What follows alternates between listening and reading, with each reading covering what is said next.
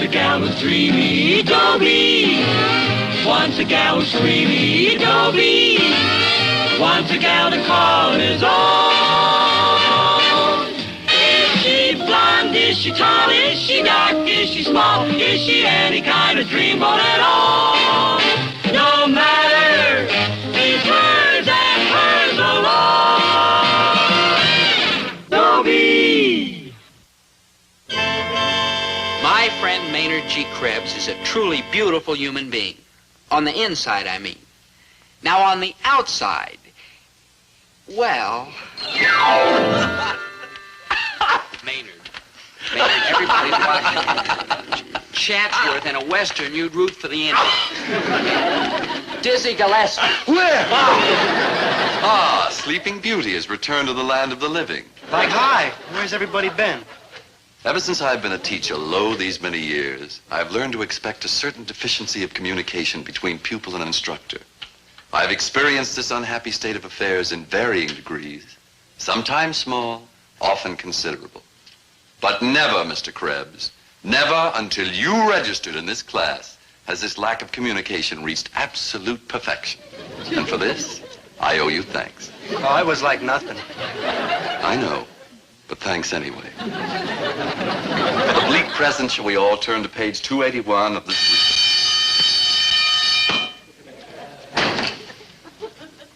Since I am too young to retire, and thanks to you now too shaky to be drafted, I shall see you all tomorrow at this same time. On your mark, get set, dismiss.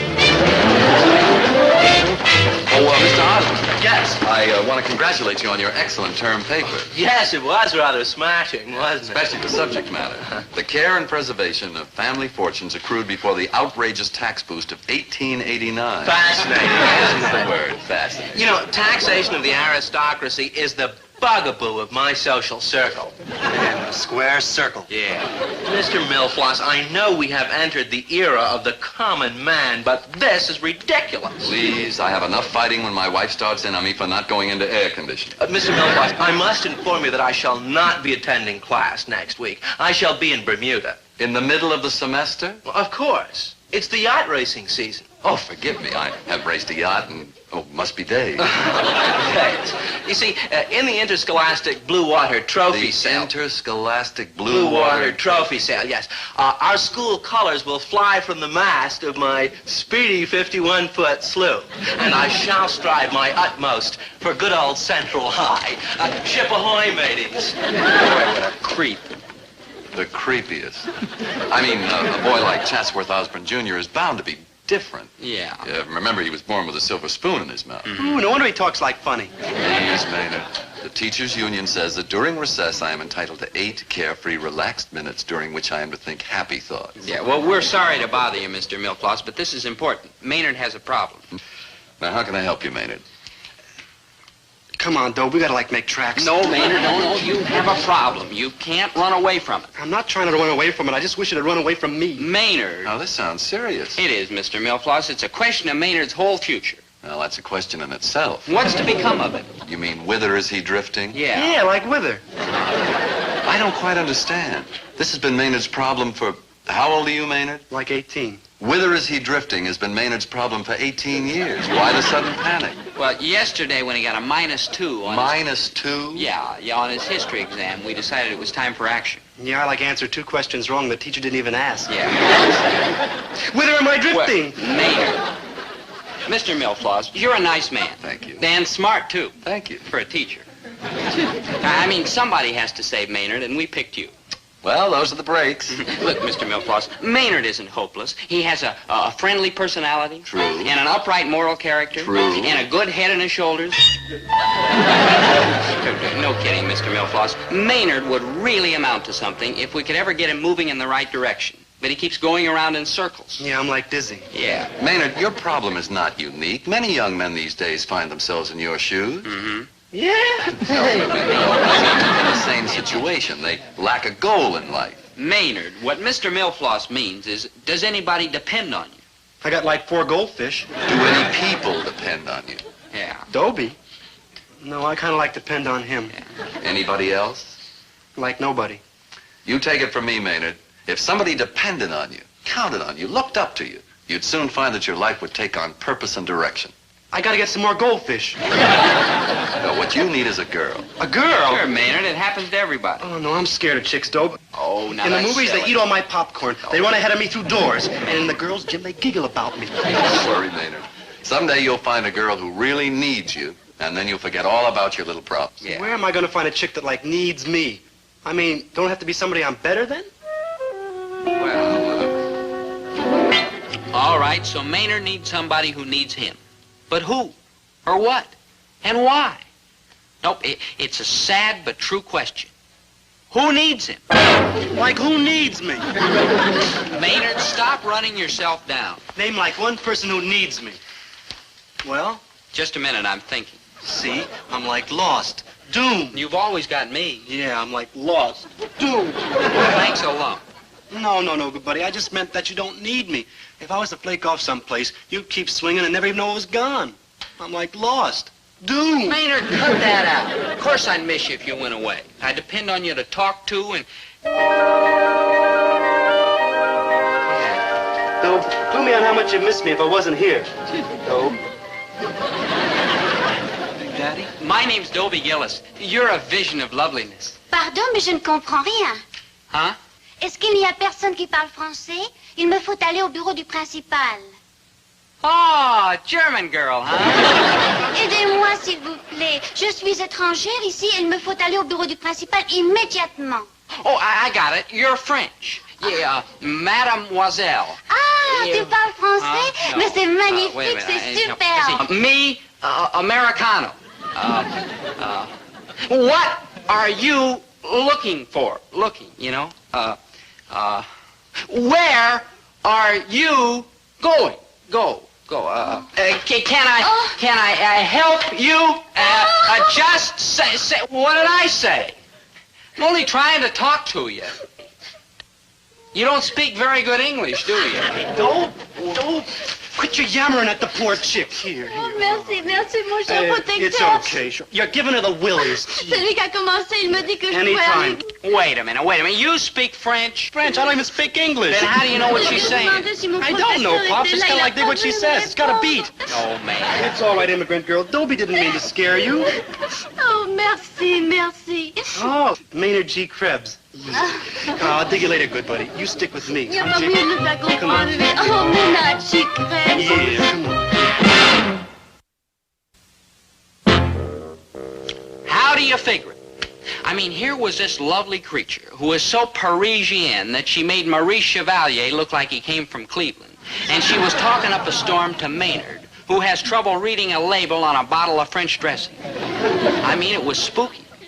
But they sure seemed to understand each other. And for a while, it was the best thing that ever happened to Maynard.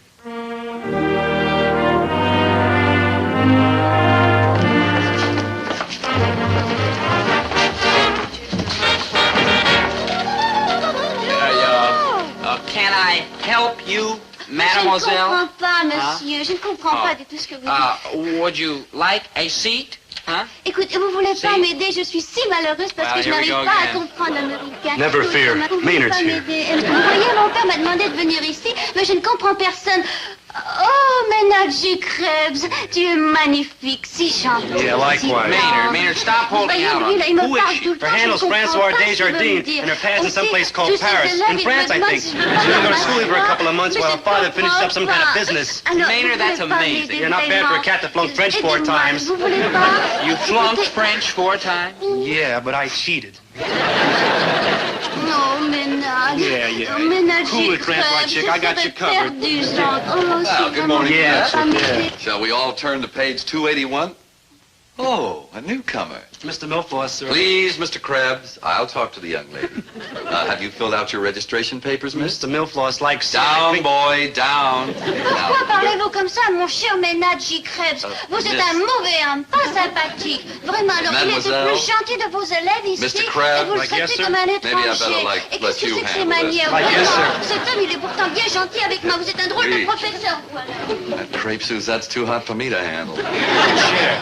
Cher, Sit. c'est...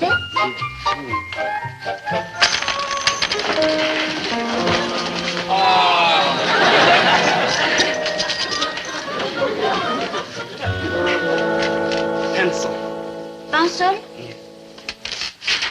Like paper. Like paper? Yeah.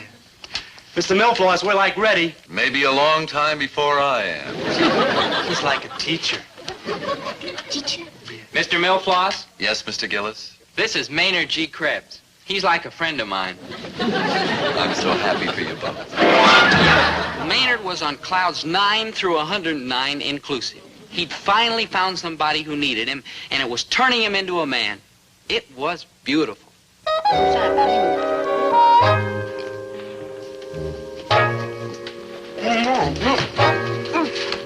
The best part of the whole.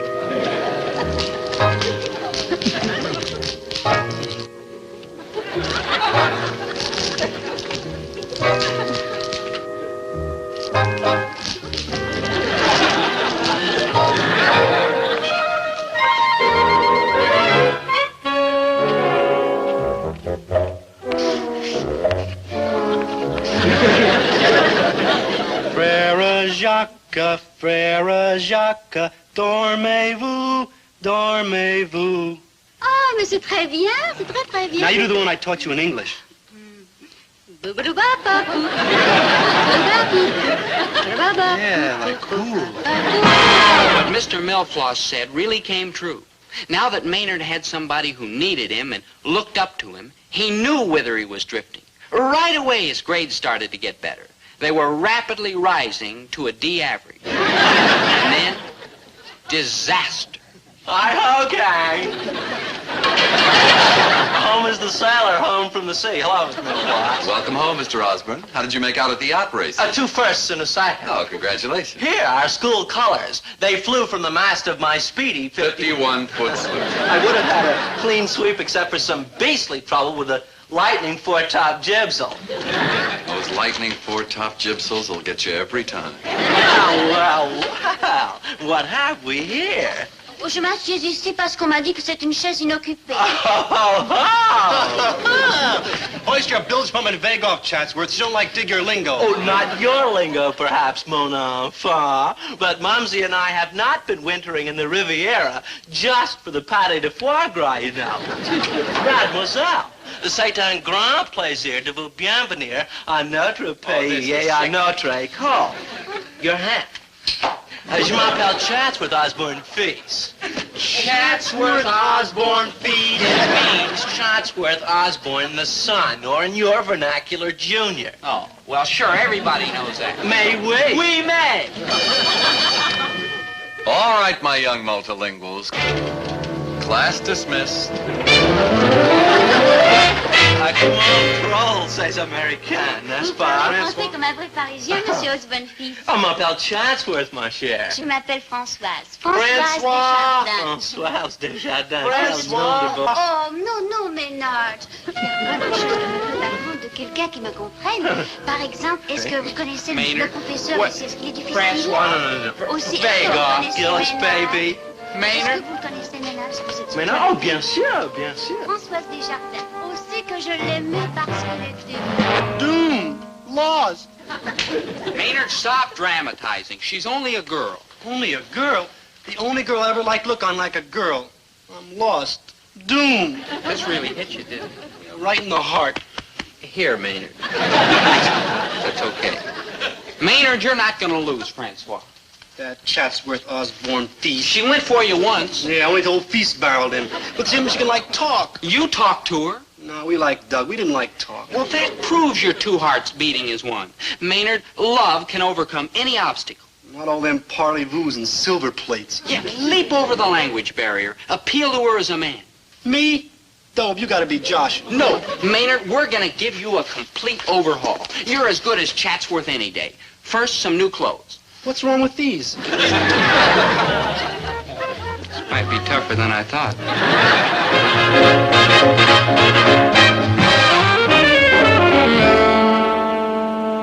Good buddy. Do I like it to sell my platters in hi-fi gear? You like have to if you're going to have any money. But it's like losing my right arm with my beard. Maynard, no money, no clothes. No clothes, no Francois. No argument. No. Hey, like, hi, Maynard. Like, hi, Riv. You know my good buddy, Dobie. Hi, Rev. Yeah, I saw him walk by a Dizzy Gillespie album without bowing. Hey, you got some loot? He come in here for some free spinning. I came in to sell my platters in hi-fi. Oh, Pops, you been like drafted? No, it's like a chick. That's worse. I take it she got tipped or tapped out, true? She ain't been broken in yet. What would you do if she was a Lawrence Welk record? Drop her. Now stay out of this, Riff. She's Maynard's girl. Would you tell this oblong to wait in the bus? There are more important things in life than jazz. Oh, man, like, ain't he been reported to some committee? Don't be rough, Riff. He ain't had our advantages. Maynard, hurry up and sell this stuff. This place gives me the creeps. Like Vice and like Versa. How much you gonna throw me for the whole heap? I got some sounds in there that are so progressive, nobody understands them. And man, that preamp, it really shakes. Man, I'm gonna do you like a favor. Yeah, like how much? Like nothing. Like nothing. Like zero. Man, you're like putting me on. No, I'm like doing it for your own good. You're gonna toss all this down the drain for like a 5'2" eyes of blue? I'm like ape over. Look, you're a swinging protest cat. And I protest if you quit protesting. But I like gotta quit. Man, you're like flipping. Look, stay out of this, Riff. You're running a record shop, not a Lonely Hearts Club. Why don't you go find out if Dr. Schweitzer will make a house call? Now, that's silly. Oh, you're in trouble, brother. He's an advanced case. Look, Maynard, either sell the stuff or let's get out of here. Yeah, buy it, Daddy-O. I'd hate to sell it to a stranger. You know, one of them. You're like losing me, man. I'll be like back. They never come back. Like, farewell, Maynard. What do you got? I got 5 Thelonious Monk albums. Thelonious Monk? That's like the kid selling Lassie. 2 Miles Davis, 2 Cal Jaded, 2 Ahmed Jamal. Hold it. What's this doing in there? Sal Mineo recites Alice in Wonderland? One of my mother's. Your mother?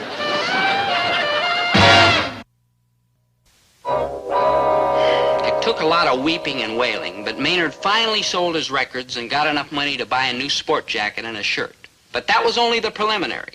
The main event was still to come, and Maynard was going to get hit right where it hurts. Shave off my beard! You've got to do it, Maynard. Show Francois that you've really become a gentleman. Shave off my beard? It's a symbol of the kind of life you're leaving behind. Shave off my beard? All right. Forget about it. Run around for the rest of your life looking like a Slob. I was going to say eccentric. However... You're right, Dobie. I'm a slob. I gotta do it. Oh, you won't be sorry, Maynard. It'll change your whole way of living. They'll call you that clear-eyed, clean-cut Maynard G. Krebs. Yeah. You won't be an outsider. You'll belong. Shave off my beard? Shave off his beard? Oh, sure. Yeah, bring him over in a half hour. Okay. Maynard Krebs. They want me to shave off his beard. Maynard Krebs? I gotta tell my kid. This is like seeing Haley's Comet.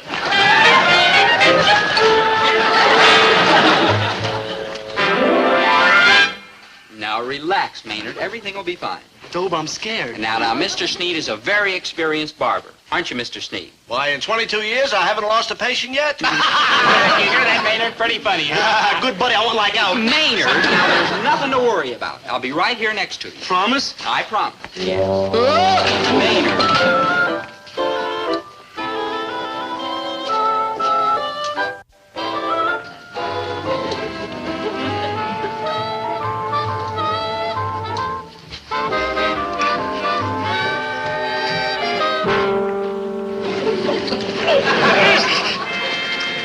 Maynard, I'm right here.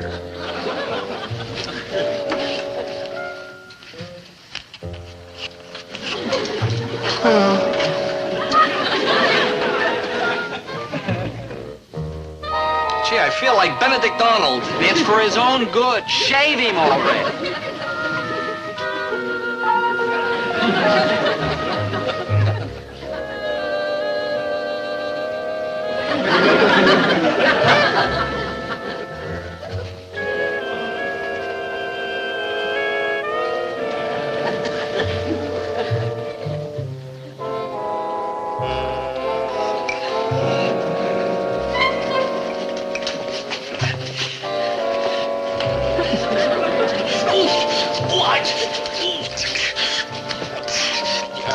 That's not burning him, is it? Oh, no. Thank goodness he just fainted.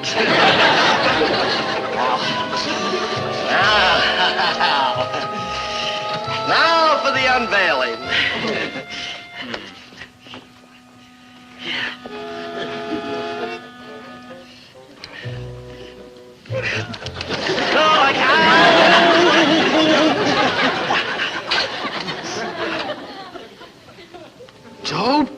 Yeah? Is that me? That's you. Ooh, I'm like beautiful.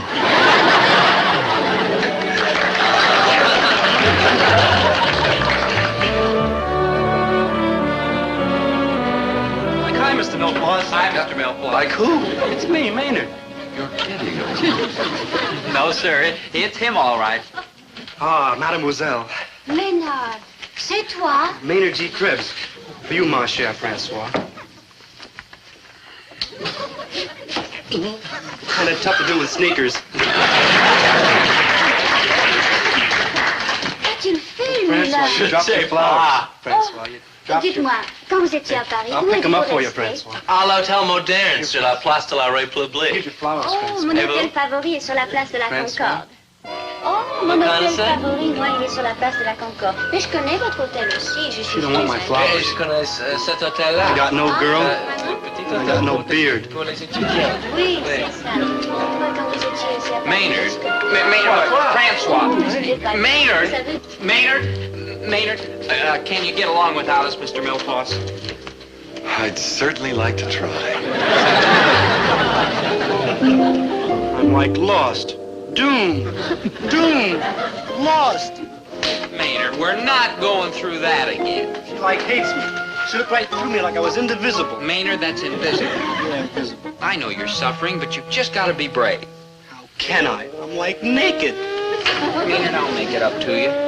Yeah, let's go over to the malt shop. I'll treat.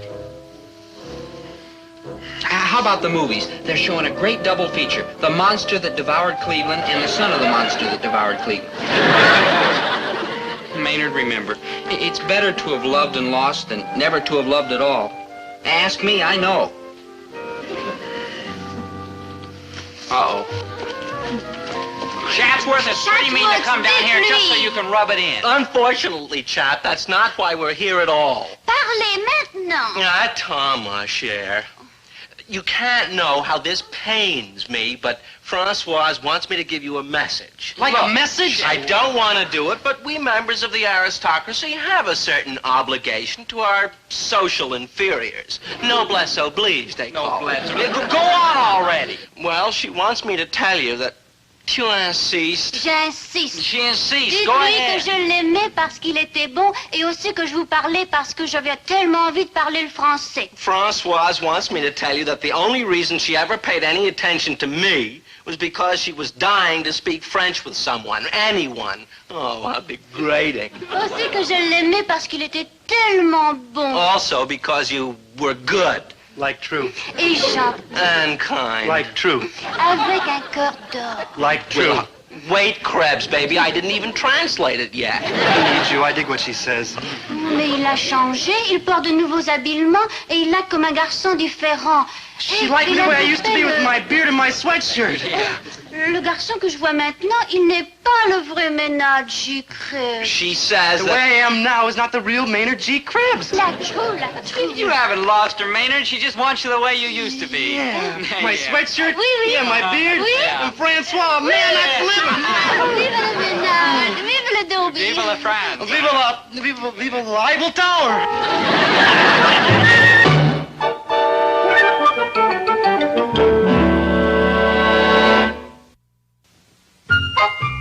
I got a letter from Francois, from Paris. Oh, that's great, Maynard. What's she got to say? I tried to read it, but you know, she's French. Oh, well, here, maybe I can make it out. You, couldn't read this. Not a word.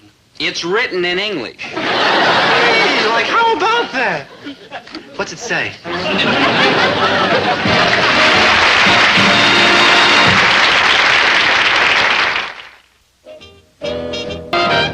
Once a gal was dreamy, Dobie. Once a gal was creamy, Dobie. Once a gal to call his own. Is she blonde? Is she tall? Is she dark? Is she small? Is she any kind of dreamboat at all? No matter, he's hers and hers alone. Dobie. My name's Dobie Gillis. I'm a young man with a lot of problems. Just a couple of years ago, all I had to worry about was simple fractions and keeping my pants up and Dick Tracy and scout meetings. Now I've got to worry about girls. You know, this is better, I think, at least when I have a girl, which is practically never. Of course, I won't be worrying about girls all the rest of my life. In a few years, I'll be a grown man. Then I'll be worrying about women. And they're the worst kind of girls. I know. I found out yesterday. We were in Charlie Wong's ice cream parlor. Look, Dobie, why don't you just give up girls? Maybe I should just give up life. Say, Eldon, you work for a medical laboratory. What's a good poison to take? Oh, they're all lousy. Well, I'm not picky. Oh, take it easy, Pops. What's there to live for, anyway? Dizzy Gillespie's new album. How much can one person suffer? How much breakage can one heart take? Man, we put those words like music, we got a big hit. How much can one person suffer? Oh, they're square but commercial. Maynard, you don't understand. I'm desperate. I'm a drained man. Just as this glass is drained, I face a future empty of a soft feminine face. There's no girl in the world for me.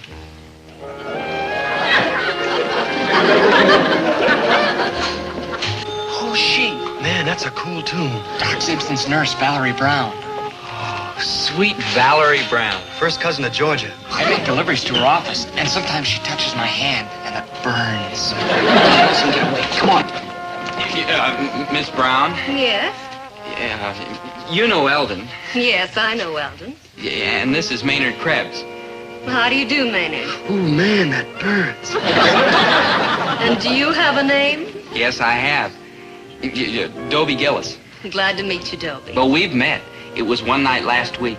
You had wings and you hovered over my bed. And I heard music from 1,000 violins. Well, You're beautiful. When can I see you again? tonight. Look for me. I'll be flying low.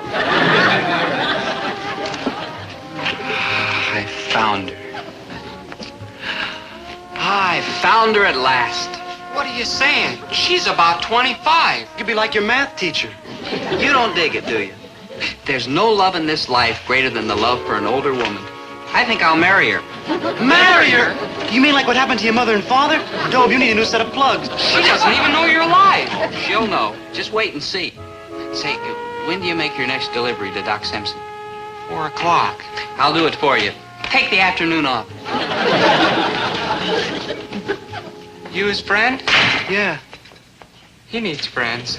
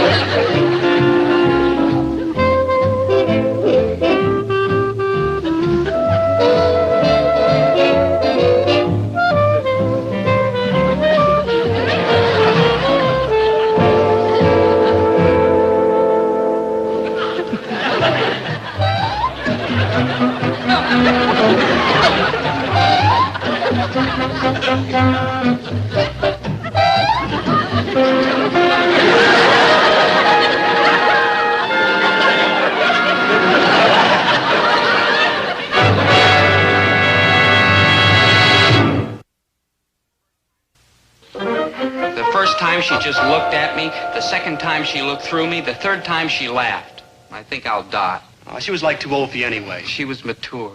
Hey, let's go to a movie. When she smiled, she warmed you from the light in her eyes. I think they're playing The Monster Who Devoured Cleveland. She looked at me, my soul was seared to a nice golden brown. The second feature is Space Accountant. And the sad, hard fact is I made no impression on her. Third feature is Gone with the Wind. I tried everything in the book. The fourth feature... Everything but dropping dead at her feet. The fourth feature is... I've got it. Huh? Maynard, I've got it. Hit me square between the eyes. Why didn't I think of that before? What? Sympathy. That's the fourth feature, Tea and Sympathy. Cool, healing hands on a fevered brow. Her hands, my brow, my Valerie. Yeah, the fifth feature... Maynard, I'm gonna get sick. Oh, not here. I'm not just plain sick. Real fancy sick, like half dead. So her heart can go out to me in sympathy.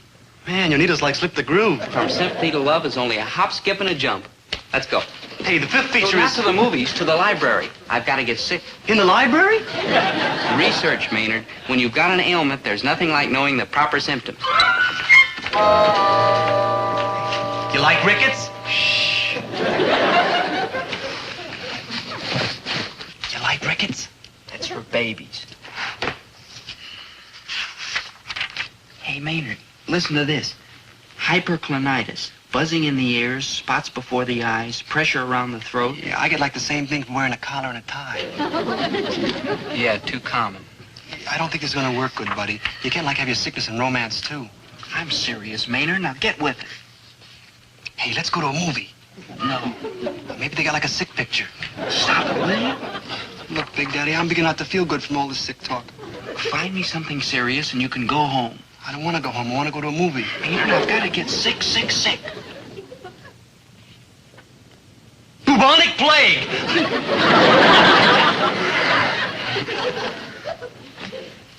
Bubonic plague, man, that's got a beat. Oh, I couldn't come down with that. Why not? It's for bubons.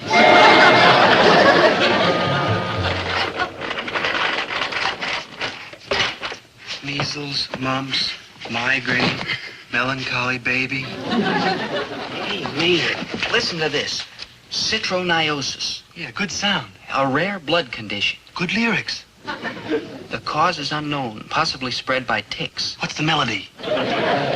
Symptoms: peculiar reddish complexion, shortness of breath, general weakness. Peculiar reddish complexion. I like it. Maynard, I think I found me an ailment. Congratulations. When are you like going to come down with it? First thing tomorrow morning, right before breakfast. Yeah, only one thing bugs me. How are you going to fool the doctor? Look, Maynard, when you've got a pain in your side, how does the doctor know you have it? Radar? Everything which is in here, I've got. Yeah. Shortness of breath? General weakness? Spasm in the stomach muscles? Facial twitch? Nausea? Any more? You don't need it anymore.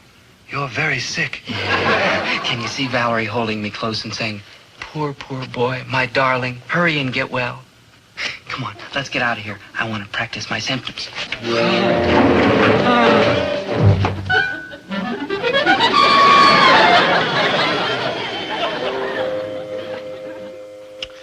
To be sick when you're in the best of health isn't as simple as it appears on the surface to be. The first hurdle was my mother. I didn't anticipate any problem here at all. Nonsense. You're a fine, strapping, healthy, red-blooded, all-American boy. Then my dad came over, and he wanted to know what was wrong. I told him I thought I was coming down with something, and there was a worried look on his face. Yes, boy, I'm worried. Because you're sick, son. Good and sick. And there's only one cure for what you got: sweat. Now, you can work up a sweat in one of two ways. Number one, you can drag that lazy body of yours into the back room and start unpacking that load of canned goods that's been sitting there for over a week. Or, number two, you can start running. But no matter how fast or how far you run, I'm going to catch you, boy, because this time you're not going to wriggle out of it. He didn't believe me. I knew right then and there I had to play it cool. Real cool. I unpacked the 12 cases of canned peas, Dad. I swept out the storeroom, scrubbed out the cooler, filled the outgoing orders, lined up the empties, threw out the no deposit, no returns that were returned, canned the eggs, and washed the truck. What's next? Our boy is sick. It's nothing, Dad. Just a shortness of breath, general weakness, dizzy spells. Here, take this and go over and see Doc Simpson. Oh, gee, thanks, Dad. Oh, my. And he was such a fine, strapping, healthy... Winnie, there's nothing wrong with him physically. It's up here. What's the matter with him up there? How do I know? What am I, a psychiatrist? All I know is that he did the work of 10 men this morning, and any time Dobie works, there must be something wrong with him. Well, there doesn't seem to be anything wrong with you, Dobie. You're a fine, strapping, there must healthy... be. I get a shortness of breath, general weakness, dizzy spells, a spasm in my stomach muscles. You keep saying that. You believe me, don't you? Of course I do. Do you believe me, Doc? Well, frankly, no, but let's take a blood test. But blood test? What for? Well, very often when we can't find anything clinically, the chemistry of the blood will tell us a story. Why listen to my blood when you can hear it from me? Feel better, Dobie, when we find out from the test that there's nothing wrong with you? Oh, but there is. I get a shortness of breath, general weakness, dizzy spells, spasm in my stomach. Oh, this won't hurt.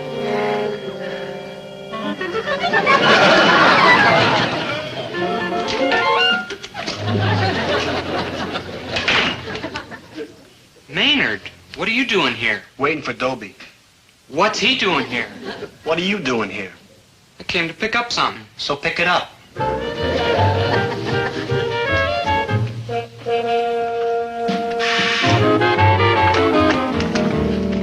Here, Alden. Rush this right down to the lab. It's Dobie Gillis's blood.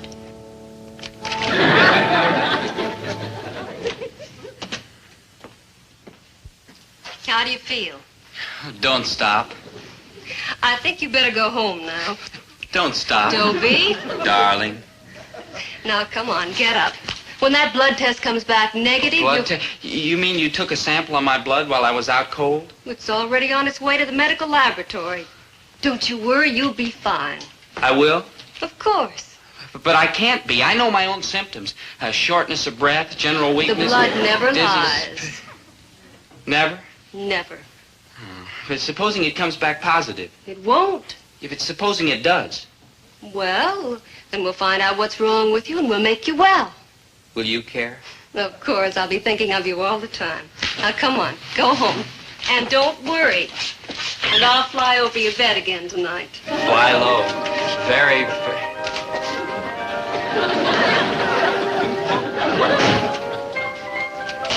Now what? What? The only thing wrong with that boy is you. Oh. He's got a crush on you. That's why he's here, to be close to you. That's silly. Why should a fine, strapping... Those are the kind who get crushes. Like me, when you walked in here the first time. You mean like me, when I pretended to be sick? And the test was negative. Oh, but I was positive. So was I. Love me? Uh-huh.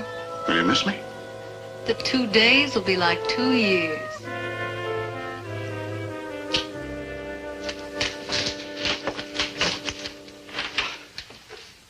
Keep away from that boy while I'm gone. I don't like the way he looks at you. Oh. Goodbye, darling. Goodbye.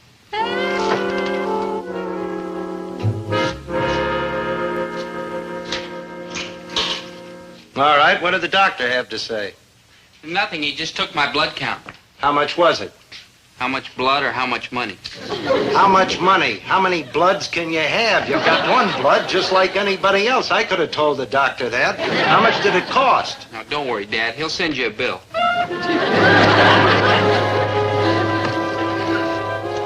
I gotta kill that boy. I just got. Now, Herbert, Dobie's a wonderful boy, and you know it. He's a wonderful boy. He's a wonderful human garbage disposal. That's what he is. There's only one thing keeps that boy from being a genuine, all-out juvenile delinquent. He's too fine. He's too lazy. There are no delinquent juveniles. There are only delinquent parents. We shouldn't think of him as a child. We should be modern and progressive. We should take the psychological approach. Do you know why Dobie runs after girls all the time? No, I got a pretty good idea. Have you seen some of those girls he's running after? He'd be out of his mind if he didn't chase them. Why, if I were just a few years younger, I'd still be chasing you. And that is a very good idea. Don't change the subject. This is important. The reason that Dobie runs after girls is that he needs love. You have been reading those magazines again. Which magazine? You know which magazines. Those women's magazines. Dobie needs love. Dobie needs a shot in the head. That's what Dobie needs. I should have clobbered that kid the first time he got out of line. And you know, I never laid a hand on that boy. Not once. Oh, why didn't I? Because that's primitive. Primitive? Listen, my father clobbered me, but plenty. All week long, we went around the store liking each other. Nothing was said. And then on Saturday night, when I got ready to take my bath, he called me over and he ticked off everything I had done wrong on Monday, Tuesday, Wednesday, Thursday, and Friday. And then my father did his duty. He took me down in the basement and he gave it to me. And did it ruin my life? Did it make me a criminal? No! I am a solid citizen. I am a down-to-earth, middle-of-the-road, stable, solid, level-headed, even-tempered, mature, conscientious. I rest my case.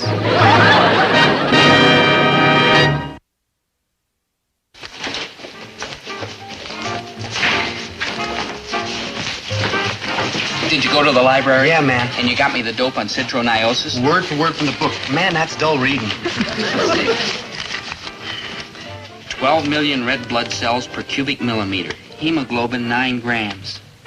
Boy, that sounds serious. Now let's go to a movie. You know, first we gotta get to Eldon before he delivers a report to Doc Simpson. Then we go to a movie. No, then we louse up the report to fit my symptoms. Then we go to a movie. No, then we take my report with all that hemoglobin jazz in it and substitute it in place of the real one. Then we go to a movie? Then we go to a movie. Nah, I saw the picture 3 times. What else you want to do? If we just... Here he comes. Remember, give him the old double talk. Leave it to me. Hey, what's with you guys? I got deliveries to make. What's so important? Well, sit down and we'll tell you. Man, wait till you hear this. What a blast. You know the Franticus Pratt? When he and the Finance and the Browns got together and I said, who, Eldon? Not Eldon. They said, yeah, Eldon. He would never any time. And what do you think? Yeah, what do you think? What are you saying? Tell him, Maynard, I got a Stramnik on the Lucky Go. I'll be right back. What's he got to do? He's got a Stramnik on the Lucky Go.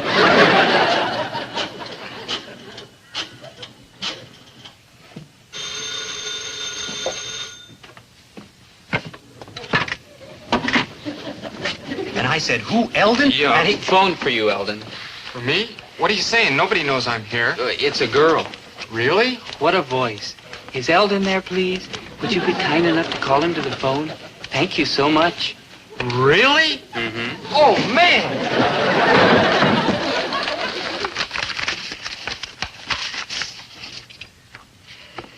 Normal. Hello? Hello? Eldon? Yes, this is Eldon. Lucy. Lucy? Lucy who? Lucy Heckendorn. Remember we met on Front that time and we laughed? What's that? Don't tell me you've forgotten like so soon. We had such a traunt. And I said, you don't mean that. And you held me tactile all the way. I did? Lucy Heckendorn. H like in heck. I don't remember you, but I certainly would like to. Well, I remember you. You're that tall, handsome Fleminick man, aren't you, with Flacenic hair? Your time is up. Deposit 10 cents for the next 3 minutes, please.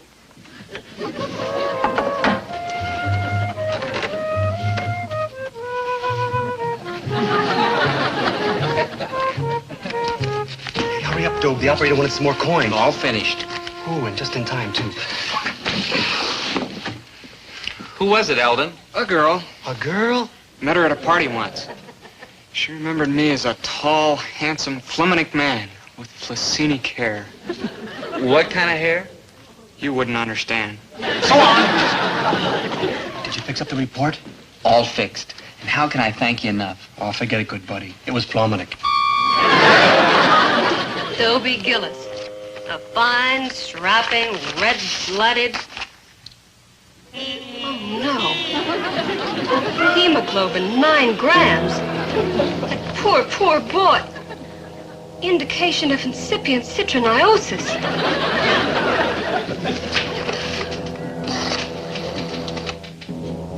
Operator, this is an emergency. Get me the health department, quickly. Citroniosis. That's the most contagious disease known to man. We must quarantine the boy. We must quarantine everybody he's come in contact with. No, I don't know where he is. Isolation?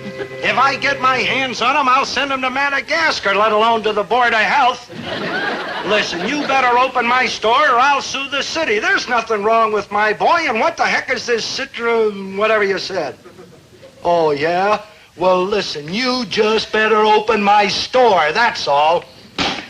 Whatever he said. And he was such a fine, strapping, healthy, red-blooded... All-American dodo. My own flesh and blood closes my store. I wonder if he's really sick. Of course he is, and we have to find him. We? The whole police department's out looking for him. Do you know what our little boy has done? He has caused a panic. I hope he doesn't catch cold on top of everything. I'm calling Dr. Simpson. It's very urgent. When did he leave? Oh, thank goodness. Goodbye. Dobie! Oh, I don't feel well. Stay where you are. Don't move. Huh? You're very ill, Dobie. Oh, did my test come back? What did it say? I told you I didn't feel good. I've been away all day worrying about myself, wondering what the result of my test was, hoping that I would feel your cool hands on my hot head. Don't come near me, Dobie. Why, darling? You have a very serious ailment. I have? Extremely serious. What have I got? Citroniosis. Really? Stay where you are. Valerie, my Florence Nightingale, what's wrong? You're contagious. I'm what? Oh, now, don't be frightened, Dobie. The police will be here soon. They're going to put you in isolation. Dr. Simpson will do everything he can for you. The police? Isolation? What for? I'm a fine, strapping, healthy, red-blooded, all-American boy. Oh, here you are. Oh, wait, this is all a mistake. I'm normal. Come along, son. You'll have the best of care. I've got a boy your age. He's a fine, strapping, healthy, red-blooded. Goodbye, Dobie. You'll be all right. Hey, I'm all right now. I haven't got anything. Come along, son. Well, wait, Better fumigate this room. Look, ask Maynard. Ask the medical laboratory. I don't feel good. I know. I'm not going anywhere. Take your hands off me. This is a free country. No. Don't you worry. They might find a cure for it one of these days. What are you talking about? I got nothing to cure. Miracles happen every day. Look at penicillin, the race between aspirin and bufferin. I won't go. I won't. Jim! What's going on here? I'm being railroaded, Doc. Let the boy go. Let him go. He's sick. I'm his physician. I'll take the responsibility. Okay, you're the doctor, but let me warn you, he's got to be in isolation. I'll take care of it. So long, son. Research goes on day and night. Same age as my boy. Jim, stay away from Dobie. He's got... I know what he's got. I just came from the lab and saw the report. The real report. Then you know about me and about... You want to know something, Dobie? I've got the same thing you've got. Only I got it first. Okay, Dobie. You're cured. Don't worry, Dobie. You'll find a girl. Yeah, that's what they keep telling me. So how come I never find one?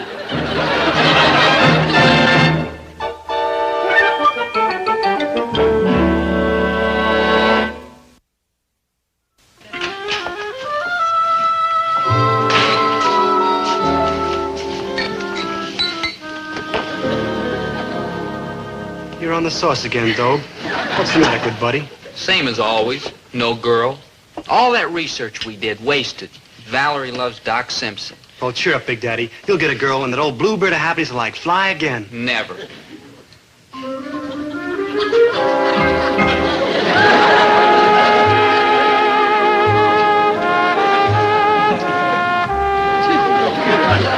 Wow, who's she? Cora Klaus. Just got back from boarding school.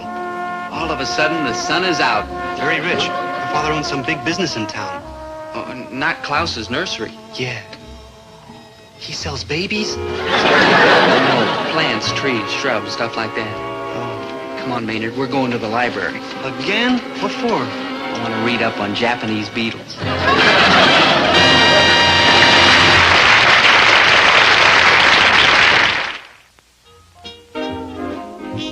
Cause Dobie has to have a girl to call his own. Once a gal was dreamy, Dobie. Once a gal was creamy, Dobie. Once a gal to call his own.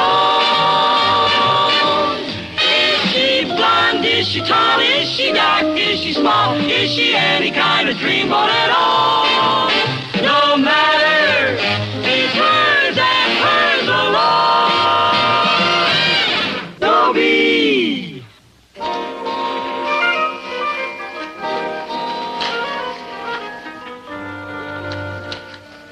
I'm picking flowers for my girl, Arabella Parmalee.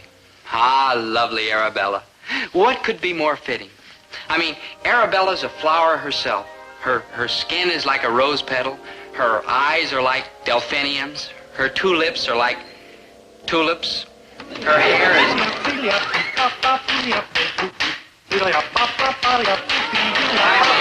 Maynard. Oh, hi, good buddy. What you like doing? I was like picking flowers. Who's the chick? Her name's Arabella Parmalee, and she loves me. Oh, she's like new in the neighborhood, huh? Maynard, that's not friendly. Oh, I'm sorry, Dope. Here, I'll help you. Oh, good, good. Arabella is a merry, splendid thing. She's the April... Oh, Dope. Yes, my helper? I think we better, stop plucking these poppies. No, surely you jest.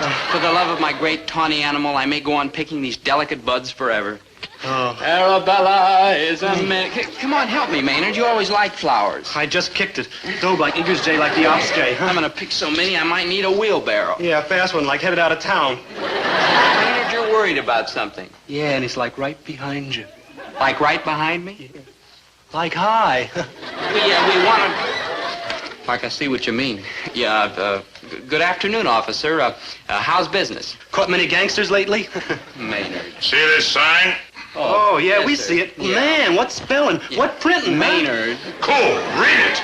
Read it? Oh. Well, you see, sir, in this light... Read it, mister, or you'll be the first boy in town to do his homework in solitary confinement. Do not pick the flowers. Congratulations. Thank you. Now you. Oh, well, you see, sir, in this light... All over town, robbers are robbing, murderers are murdering, and some lucky cop is chasing them. But me, I get stuck with a couple of left-headed flower filches.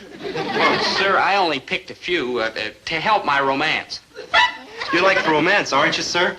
No, I'm a married man. Honest, officer, we didn't mean any harm. Out! And if I ever catch you defacing city property again, I'll run you in. Oh, yes, sir. All right, halt! Those flowers are city property. Oh, yes, sir. We're sorry. Halt! It's against the law to clutter up the park. Oh, yes, sir. Come on, Maynard. Sorry, officer. Yes. Come on. Halt! You can't dump them over there. Yes, sir. Maynard. Oh, sir, please excuse us. We didn't mean it. Like, no. We couldn't help it. But you like so hard to run around. What? No. He just means we wanted to run past you. Yeah, but your big fat stomach kept getting in the way. If I catch you on my beat again, you better have a sneaky lawyer. Hi, Mom. How do I look? Oh, lovely Arabella. Do you think Dobie will like me? Well, let me put it this way, dear. If your father saw you in that dress, he'd lock you in your room. Oh, Dobie will like me. What type of boy is he? Dobie? Well, he's a little hard to describe. Where's he taking you? For a walk in the park, I guess. That describes him perfectly. The out-of-money type. He's very polite. I'm sure even Daddy will like him. Does he talk back? Oh, no. Daddy will like him. Boy, did I run into a couple of lame yesterday. Arabella changed that dress or I'll lock you in your room. Welcome home, Daddy. Have you ever been in love? I don't mean the shallow kind of love where you feel like you're floating on a cloud. I mean the serious, everlasting kind of love where you feel like you've just eaten something that doesn't agree with you. Well, that's how I felt. Sick. And it was wonderful. Maynard? Oh, hi, good buddy. Hi. You going out with the chick tonight? Yep, to the movies. Can I go along? Well, Maynard, we'd like your company and all that, but when a fella and a girl go to the movies, well, you know how it is. I'll pay my own way. Well, that isn't it, Maynard. Oh, I dig it. Now, look, Maynard, you see them... Go on, have fun. I'll be like all right. Maynard, stop dramatizing. Oh, it's just like when Clark Gable kept running off with Myrna Loy. Spencer Tracy kept being left behind. Maynard. Call me Spencer. What? Now, look, Maynard, you've got to understand. Arabella will never come between us. I mean, love is love, but friendship is entirely different. Like true? Yeah. Now, you see, if a man likes fishing, that doesn't mean he stops liking his wife and children. Oh, you mean if you like Dig Dizzy Gillespie, that don't mean you have to kick Thelonious Monk. Right, Maynard. Yeah, and if you go for hot fudge sundaes, that don't mean you have to give up French fried potatoes. No. Or how about spooky movies? Spooky if you rape for them, that don't mean you have to turn up your nose at widescreen and CinemaScope. Yeah, and take television. Maynard. Who says you like Love Lucy and Sneer at the Millionaire? And beards, mine look swinging on me, but look pretty square, my mother. Maynard, enough! People are watching. Goodness. You'd have to draw me a picture. Well, I'm glad. Frankly, though, you don't credit me for, digging these basic precepts. Basic precepts? Yeah, I read that in a box of breakfast cereal. Good buddy. Yes, Maynard? You're going to say hello to me when you meet me on the street, aren't you? Now, look, Maynard, please try to understand. Go on, good buddy. Go on. Don't look back. We'll all go to the movies. Here.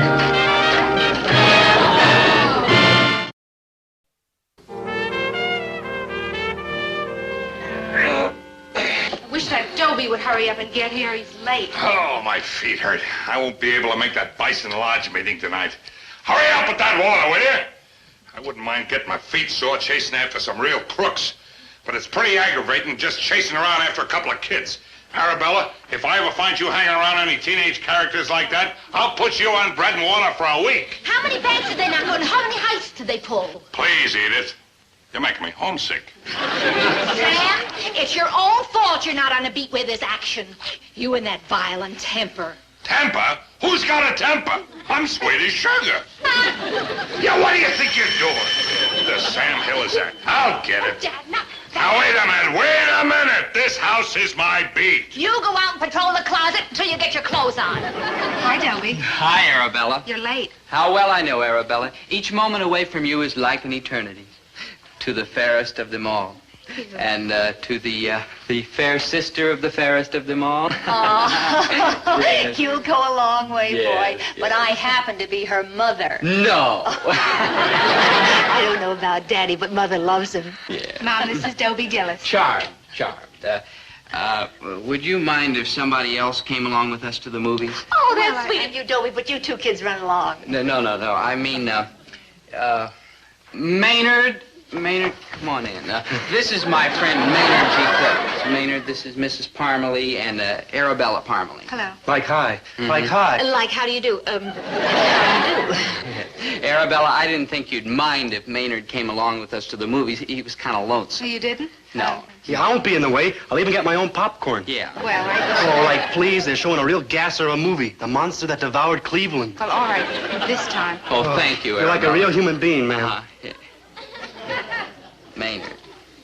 I'm sorry the flowers are so beat up, but I had a little trouble. Oh? A fat cop stepped all over them. Boys, in this house, we do not use the word cop. We prefer law enforcement officer. Oh, well, this big, fat law enforcement officer was taking up the whole part. Yeah, you should have seen him. He looked like 100 pounds of potatoes in a 50-pound sack. He was like floundering.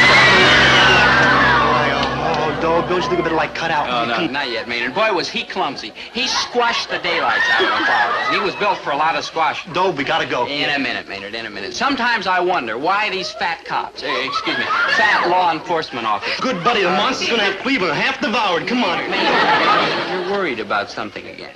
Yeah, and he's like right behind you. Like right behind me? Like, hi. Like I see what you mean. Good evening, how's business? Caught many gangsters lately? Yeah. What are these criminal types doing here? They're Dobie Gillis and Maynard Krebs. Yeah. Do you know them, Daddy? They're the flower manglers. Pleased to meet you, sir. Like likewise. Yeah. They're friends of mine. Well, from now on, so are bread and water. Out! You serve. And on the double! Come on, Dope. He's bigger than both of us. Yes, Don't fight he it. is. Hold it, mister. Do you want to go out with Arabella? No, ma'am. Maynard, she means me. Yes, more than anything in the world. Arabella, do you want to go out with Dobie? Oh, I certainly do. Then go and don't let anybody stop you. Watch it, Edith. I'll run you in for interfering with an officer. Arabella's old enough to pick her own friends. And besides, what did Dobie do that was so bad? He only picked flowers in open defiance of a do not pick the flowers sign. Now there's a real public enemy. His whole attitude is miserable. Besides that, he's stubborn and uncooperative. But, sir, look. Quiet! Who asked you? Besides, look at that dangerous-looking joker he hangs around with. Hands off, mister. I'm through letting you ruin our children's lives. Yes, look what happened to Abigail. Don't mention your sister's name in my presence again. She's got to. We'll never find out what happened to Abigail. You had to order her to stop seeing that jockey. And 3 days later, we got a wedding announcement from Santa Anita. Abigail takes after your side of the family. You can't force children to do anything. Good night, kids, and have a good time. Be back by 10 and don't park in front of the house. Be back at 11 and enjoy yourself. Thanks, Mom. You're all heart, man.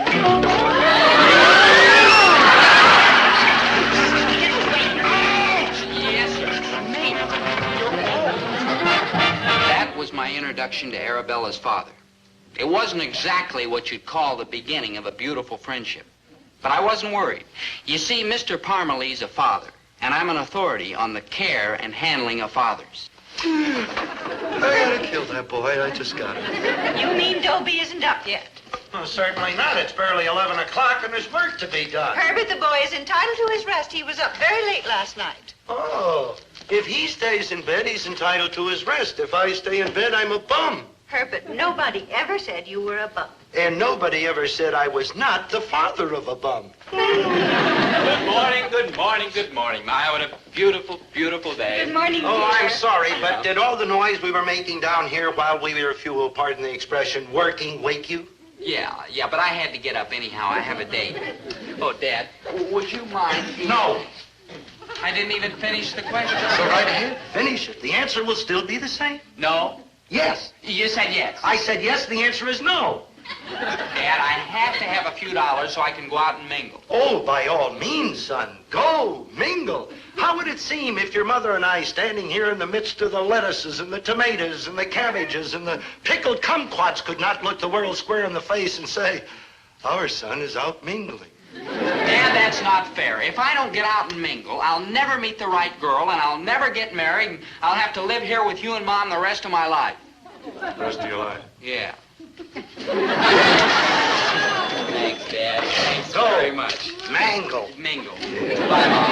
And, Dad, it's good to know that there's still an area of communication between us, however faint. Too true, too true. Back to work. Someday I must explain the meaning of the word to that boy. Work, I could explain from now to doomsday. He thinks it's a foreign language or from outer space or something. No, outer space he'd understand. Oh, good morning, Uncle Sheriff. How do you do? Nice place you have here. We like it here. Have an apple. It'll save you the trouble of pinching it later on. Oh, that's not why I came in. I'm new here, and I like to get acquainted with the people on my beat. My name's Parmalee. Oh, Gillis, Herbert T. This is Mrs. Gillis. Pleased to meet you. I understand you have a son. He didn't do it. Oh, he's not in trouble. Naturally not. Naturally not. No, I was just curious about him. You see, he's been going out with my daughter. Oh, well, those are the breaks. How nice. Yeah, and I wanted to stop. May I ask why? I'm her father, and I wanted to stop. Are you implying that our son isn't good enough for your daughter? Now, just a minute, mister. This is America, and my son can go out with any girl he wants to, even if she is related to you, which is what makes her stupid enough to go out with a kid like Dobie in the first place. My daughter is a very fine girl. Dobie is a very fine boy. Arabella is sweet and kind and sensitive. Dobie is sweet and kind and sensitive, too. Arabella is ambitious and hardworking. Dobie is sweet and kind and sensitive. You don't want them going out together? Why don't you tell her to stop seeing him? Well, I can't, you see. Arabella's kind of high-strung, and she might get the feeling that she was being pushed around. Well, that's your problem, Sherlock Holmes. Now, look, Mr. Gillis, Mrs. Gillis, we're grown-up people. Well, some of us are. We have to face the situation that our children were not meant for each other. That's for them to decide. Then you're not going to stop Dobie from seeing Arabella? My answer is a positively negative no. Well spoken, Herbert. All right. But you haven't heard the end of this. Sour. Herbert, he can't do anything, can he? No, he cares. I wonder how he's going to do it. Did you have a nice time, Arabella?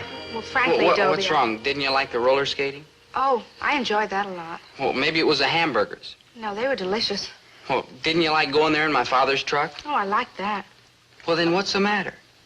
Him. Dobie, help me take off my skates, please, huh?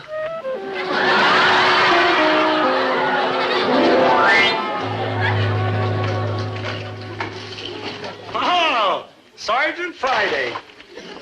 Let's have a little respect for the law. You are getting as little as possible. You'll be laughing from the business side of a cell when I turn you in for violating Ordinance 308. Oh, come off of it, Waldo, before I turn you in for loitering inside a policeman's uniform. That newspaper stand is blocking the sidewalk in violation of Ordinance 308. That newspaper stand was out there when I bought the store. All right, you got your choice. $10 or 10 days in jail on those matches. Ordinance 134 says you got to keep them out of the reach of children. Those matches are 5 feet off the floor. Not high enough. Kids are getting taller these days. Now you listen to me, Parmalee. Now you listen to me, Gillis. Where's that barrel of sand? What barrel of sand? The law requires that you have a barrel of sand on inside the front door so that you can put it on the sidewalk in case of snow. Snow? To keep the people from falling down. Snow? Ordinance 253. Snow?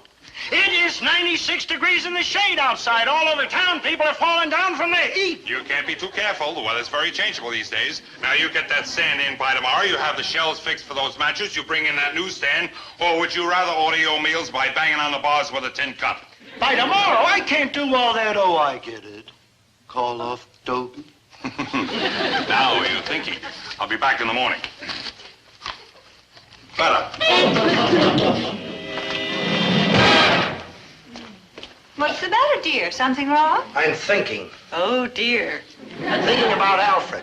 Alfred? Yes, your cousin Alfred, who used to live with us and eat his weight every day until I threw him out on his big fat head. What about him?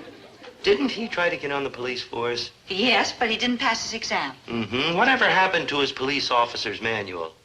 I think it's in the closet. Why? Would you mind getting it for me, Winnie Pooh? Why, what do you want it for? There is more than one way to skin a cop. There's more than one way to skin a Gillis. What's a Gillis? Top secret. Sam, I haven't seen you so excited since the old days of the McDougal mob. Yep, the old war horse is back in harness. Got to take a flock of these citation books. Edith, today I am loaded for groceries.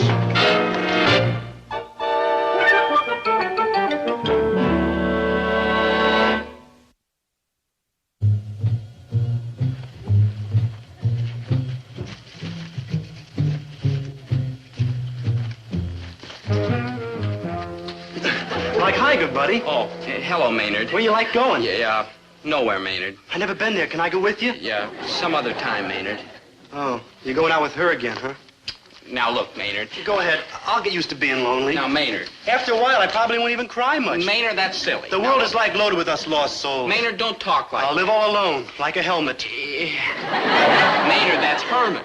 Yeah, Hermit. Now, listen to me, Maynard. Maynard the Hermit, they'll call me. Maynard, look, why don't you I'll live come along along in the with woods and eat Arabella like and me? roots and berries. Look, we'll have the a lot animals of will fun. come my Come friends. on, Maynard. Please I'll come build my with house us. in a tree. Maynard. Or maybe a Maynard, cave. they're not even listening to me. Okay, I'll go with you in Arabella. Oh, good. Thank you, Maynard. Maynard. You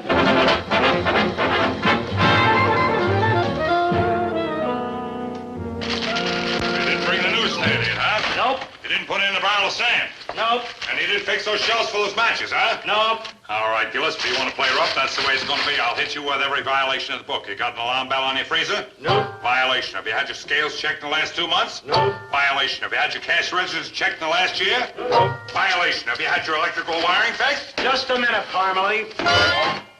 I happen to have some reading material of my own here. Oh? Police Officer's Manual. Minimum standard of physical fitness for police officers. How much do you weigh? None of your business. Just a minute. I am a taxpayer and your employer. Therefore, I have a right to know. How much do you weigh? Oh, about 165, give or take a few pounds. How many? 58. And that's better. What is your waist measurement? Close to 34. How close? 44. Uh-huh. You have a very cute figure, Parmalee, but it is just about 10 inches and 58 pounds too cute. Come on, whoever pays attention to those measurements? I do. And I also happen to have the telephone number of the police commissioner. And it says right here, officers who do not meet the minimum standard physical requirements shall be subject to instant dismissal, section 921. Gillis, one of these days. Oh, the commissioner's going to get a great kick out of this. You wouldn't. You would. Just a minute. How many times can you touch your toes? Touch my toes, are you kidding? Police regulations say 20 times. Now. Oh, now, wait a minute, I Gillis. wonder who the new cop on this beat is going to be. I'm touching. You're touching? I wonder if it says anything in here about cops who can't get over their stomach. You're touching your toes. And we are being protected by you. Crazy. Crazy. How about some push-ups? Oh, now, Gillis. Mr. Gillis, employee. Regulations say 10 push-ups. I'll get my uniform dirty.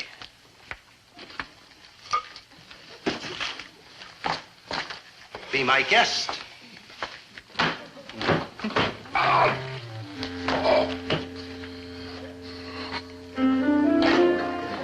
One. Two. 2.5. All right, Gillis. What do you want from me? Simple justice. Just let my store alone. Never. I'll turn you into the police commissioner. I'll turn in these citations. And we will both go to the bottom together. That's the way it's gotta be. Now, just a minute. You can't push me around, Buster. I happen to be a veteran with the Good Conduct Medal and a taxpayer and a member of the Benevolent Order of Bisons. So am I, a charter member. You're a bison? Chapter 62. Oh, chapter 47. Brother Bison. Brother Bison.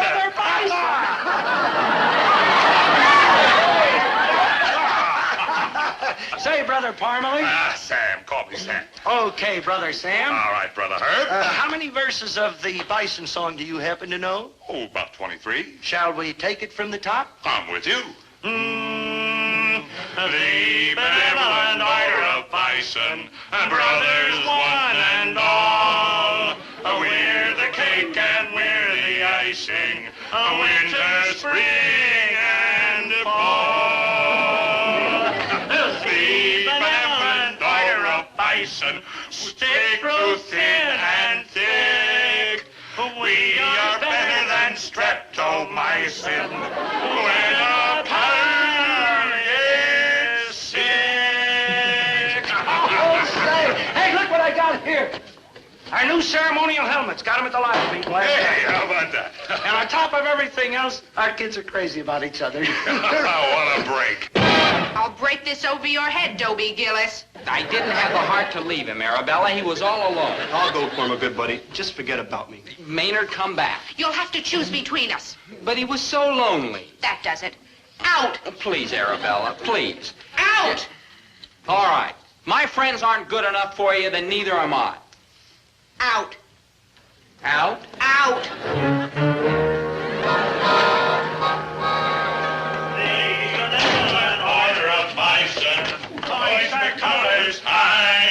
We said it once, we'll say it twice, and say it till we die.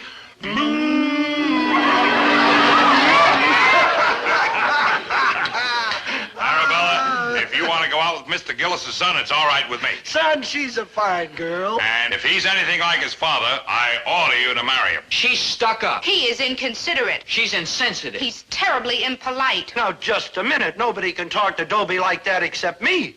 You got a nerve talking to my daughter that way? He can talk any way he wants. Says who? Says me. Oh, yeah? Now listen, Sam. Officer Parmalee to you. Herbert T. Gillis, taxpayer to you, and suck in that overstuffed stomach of yours. Oh, yeah?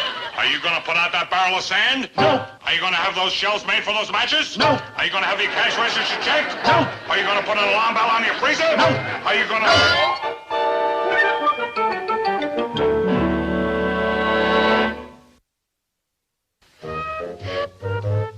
Hey, Dobe, let's see we ankle over the playground and toss a baseball around. No, we'd better not, Maynard. We might break a window or something.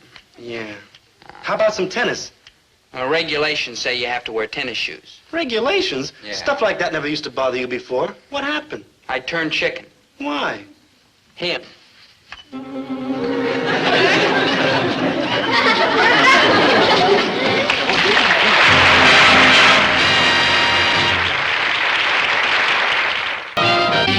Once a gal was dreamy, Dobie. Once a gal was creamy, Dobie. Once a gal to call his own. Is she blonde? Is she tall? Is she dark? Is she small? Is she any kind of dreamboat at all? No matter, he's hers and hers alone. Dobie. I want to talk to you about radar and love, on which I am a great expert. Oh, on love, that is, not radar. All I know about radar is that you send out impulses and they bounce off something and they come right back. Love is different. For me, anyhow. I keep sending out impulses. But what do I get back? Dobie Gillis, I never want to see you again as long as I live. Dobie Gillis, I can go out with the captain of the football team. Who needs you? Dobie Gillis, if you don't stop pestering me, I'll call the police. And there's more. Lots more. I've got a list here of all the girls who dumped me in the last 12 months. I've been dumped by girls of every size, kind, shape, and description. Tall girls, short girls, thin girls, fat girls, blondes, brunettes, redheads, all kinds of different girls. They only had one thing in common. They didn't want me. Well, a man isn't made of iron. I can't take any more of this. Getting rejected by one girl after another. It's breaking my heart. It's shriveling my soul. My condition's desperate. Desperate conditions require desperate solutions. There's only one way I can salvage the wreckage of my life. Only one way. Boy, is it desperate. Married? You're going to get married? That's right, Mom. I'm going to get married. You are going to get fractured. That's what you're going to get. Just a minute, Herbert. Obviously, something is troubling the boy deeply. Something is troubling me deeply. Here I got a kid who won't work, won't study, and at 17 years of age still has trouble dressing himself in the morning. Now he comes in and calmly announces, I am going to get married. When are you going to live on? Roots and berries? Love will find a way. Love will find a way to the county poor farm. That's where. Now you stop this Herbert, city your out of... son is in trouble. Now, will you hush up and listen? What is it, dear? And I'll tell you what it is. I need to be loved. Why, darling, I have loved you for 17 years. I know, Mom, and I appreciate it. I mean, you have to love me. I'm your son. What I want is somebody to love me who doesn't have to. That is a tall order, boy. Why, Dobie, everybody loves you. You're so lovable. And I'm also so broke. I need money to get girls, and where am I going to get it? Herbert, give the boy $10. I'll give him a 10-second head start, and then I'm going to... Do as I say. Do as you say. Thanks a lot, Mom, but it won't help. What if Dad did give me $10? I mean, it's a far-fetched notion, but, well, say he did, for the sake of argument. Just for the sake of argument. Well, when the $10 is gone, I'll have to come to Dad for another $10, and another, and another.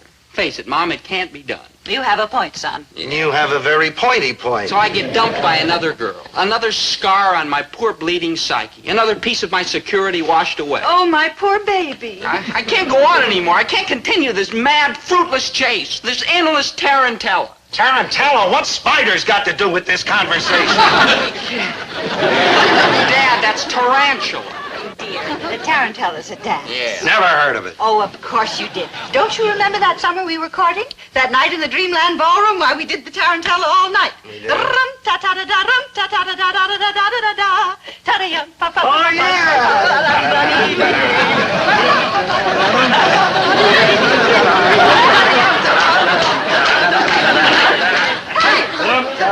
Sweat. I'm dying of a broken heart, and they're dancing. Oh, darling, I'm sorry.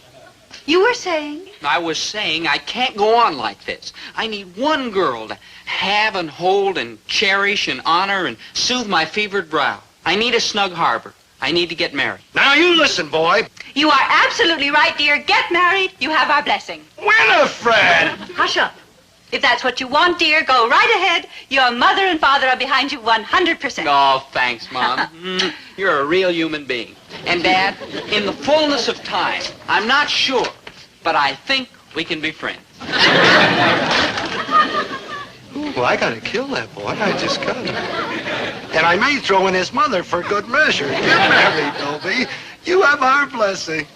Herbert, the longer you are a parent, the less you understand children. The less I understand wives, I'll grant you that, especially mine. Have you lost your mind or something? How's that kid going to support a wife? There'll be no wife, and just you calm down. Dobie's going through a difficult time, and the least we can do is not add to his burdens. And you've been reading those women's magazines again. Use your head. This marriage business, why, it's just a passing fancy. Let it pass. And in passing, supposing he finds a girl who'll marry him? Like who? Like, that's a good question. And if he did, you suppose her parents would give their consent? Not if they're living. Then why antagonize the boy over nothing?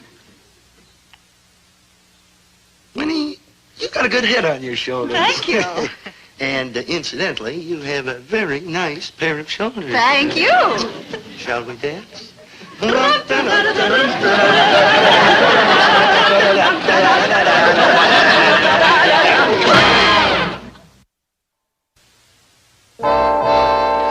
Married? Maynard, calm yourself. Dope, say it ain't so. No, Maynard, my mind's made up. I'm gonna get married. Married? Yes, married. Married? Maynard. But why do you have to get... I can't even say it. Married? Married? Maynard, please. I'll tell you why, because I'm getting torn to pieces. I can't go on like this, being dumped by girl after girl. So kick girls. I mean, they take the best seats in the movies. They won't sit on the floor all night and listen to jazz. And they giggle about you in the girls' powder room. Girls, who needs them? I need them. One girl, anyhow. One girl to stroke my brow and ease my troubled heart and give me comfort and tranquility and peace. And the only way I'll ever have such a girl is to get married. Aren't you going to scream? No good, buddy. Oh, what are you so happy about? Because you're just beating your gums, Pops. You ain't never going to find a girl to hitch up to. No, you're wrong, Maynard. No, you're wrong. No offense, good buddy, but I'm right. Who'll have you? Oh, there's one girl who'll have me, Maynard. One girl. Hi, Dobie, dear heart. If I've asked you once, I've asked you 1,000 times. Stop that. Well, I'm only proving that you love me. I wrinkle my nose at you and you wrinkle back. See? Zelda, that doesn't prove a thing. It's just a reflex, like when you hit somebody's knee, their leg kicks. Well, it works with normal people. Nothing personal, Maynard. Now, Zelda, I have a very serious matter to discuss with you. Oh, Dobe, you can't. Maynard, I can and I will, and you butt out. Yeah, butt out. You can and you will what, Poopsie? Zelda, now, how do you feel about me? I love you. For years I've been shouting it from the rooftops and painting it on fences. I love you. Zelda, please. Now, would you like to get married? Married! Would I like to?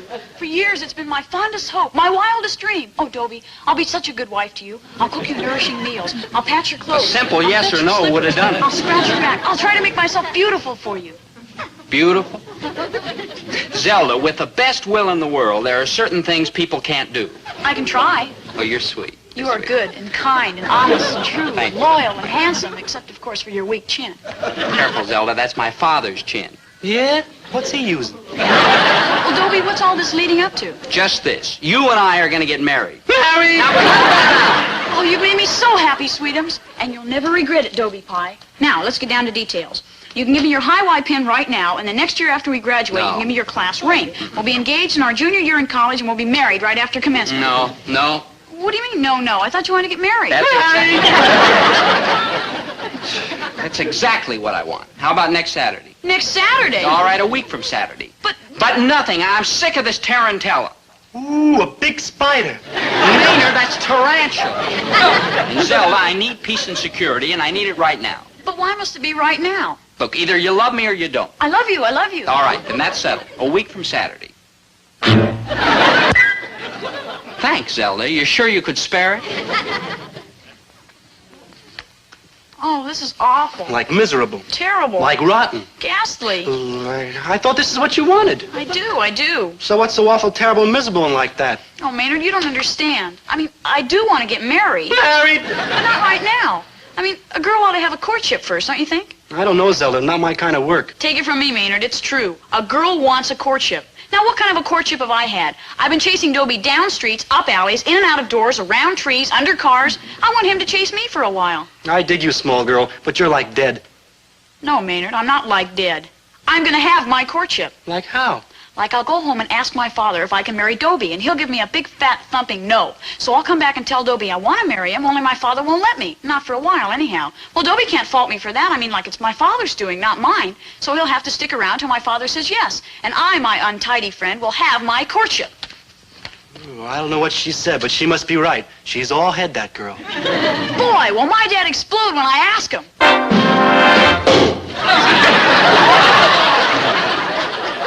Champagne? Oh, but of course, this calls for a celebration, doesn't it? Walt. Edna, just don't stand there. Fetch a couple of glasses. Walt. Edna, honey, we don't want this stuff to go flat. But what do you mean, celebration? I mean, you're losing your daughter. Well, that's not the way I look at it, Zelda. I'm not losing a daughter. I'm gaining a three-toed idiot. True, but if he's your choice, dear, he's all right with us. Walt, do you know what you're doing?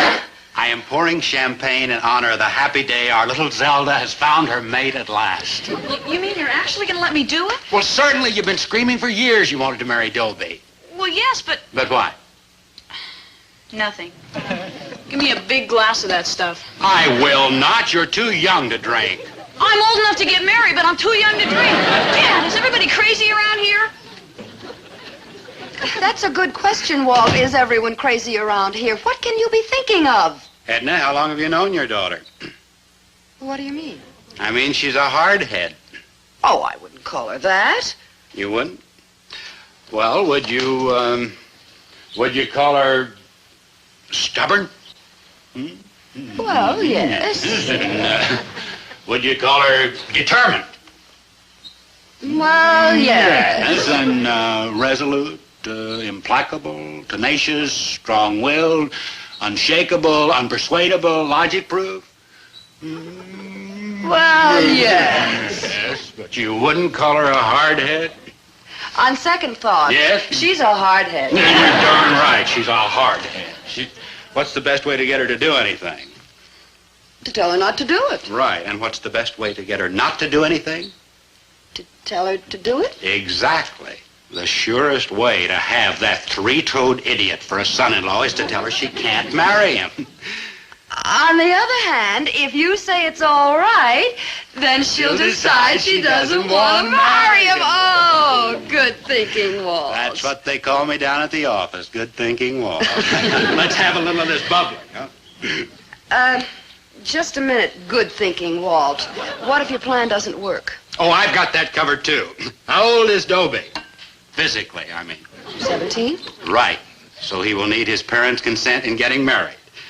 And do you know old man Gillis? Yes. Meanest son of a gun in town. He wouldn't give the kid a nickel for a cut-rate ice cream cone, much less his consent to getting married. And Mrs. Gillis, you know her? Poor thing. She dotes on the kid. You think she'd ever let go of him? Oh, Walt, I've got to hand it to you. No, Edna, I've got to hand it to you. Ah. The brain power? In 24 hours, Dobie Gillis will be Mrs. Zelda Gilroy. Yeah, I mean, Zelda Gilroy will be Mrs. Dobie Gillis. Excuse me. We brides and grooms are always kind of nervous. But once we're married, everything will be fine. I mean, Zelda's a wonderful girl. Loyal, trustworthy, and true. As for the rest of her, well, you know, she'll fill out eventually, if I can wait that long. But I'll make her proud of me. You'll see. I, too, will be loyal, trustworthy, and true. And... Hi, Bernadine. How is band practice? Never mind that. Why haven't you phoned me lately? Phoned you, but Bernadine, you said you and the captain of the Don't football mention team... that person's name in my presence. You mean... Wouldn't you imagine that he preferred me to that single-wing formation? Well, you know football players. I'll be home tomorrow night, Dobie. Why don't you, drop over? Well, I can't, Bernadine. I'm practically engaged. A pity. We could have had so much fun. Bye, Dobie. Only a darn fool would give up a great girl like Zelda. I mean, she's... Well, my father always said I was a darn fool. Oh, what am I talking about? Marrying Zelda will be the best thing that ever happened to me. And it's what I'm going to do, and that's all there is to it. Hi, Mary Ellen. Oh, Dobie, I've missed you. Why don't you drop over to my house tonight? Well, I've missed you too, Mary Ellen, but the last time we were together, you said that... Dobie, that was last time. Now that you're engaged, you've gained certain maturity and a sophistication that you never had before. You mean... Exactly. Oh, boy, I think it's too late, Mary Ellen. It's too late. Well, if you should change your mind... Well, I'm not going to change my mind. I'm not? I mean, of course I'm not. A girl like Zelda comes along once in a lifetime. But soft, pink, creamy, beautiful girls come along like streetcars. And right now, I'm not going anywhere. Hi, Monica. Dobie, I've been looking for you. For me? I've searched everywhere. But you told me you'd call a cop if I didn't stop pestering you. That's when you were Dobie the boy. Now you're Dobie the practically married man. That makes a difference? All the difference. Wow. Dobie, dear, why don't you walk me over to the malt shop? Oh, gee, Monica, I'll treat. No, Monica, no. I'm afraid it can never be. Well, if you ever decide it can, you know where to find me. Bye, Dobie. See? See what happens? Wash your car and right away it starts to rain. Boy. I mean, it's ridiculous for a kid like me to get married. And doesn't Zelda realize she's too young? Don't her parents know they were too hasty? And what about my parents? All my life they've been telling me no. Now when I really need a no, What do I get? Yes, yes, yes, yes.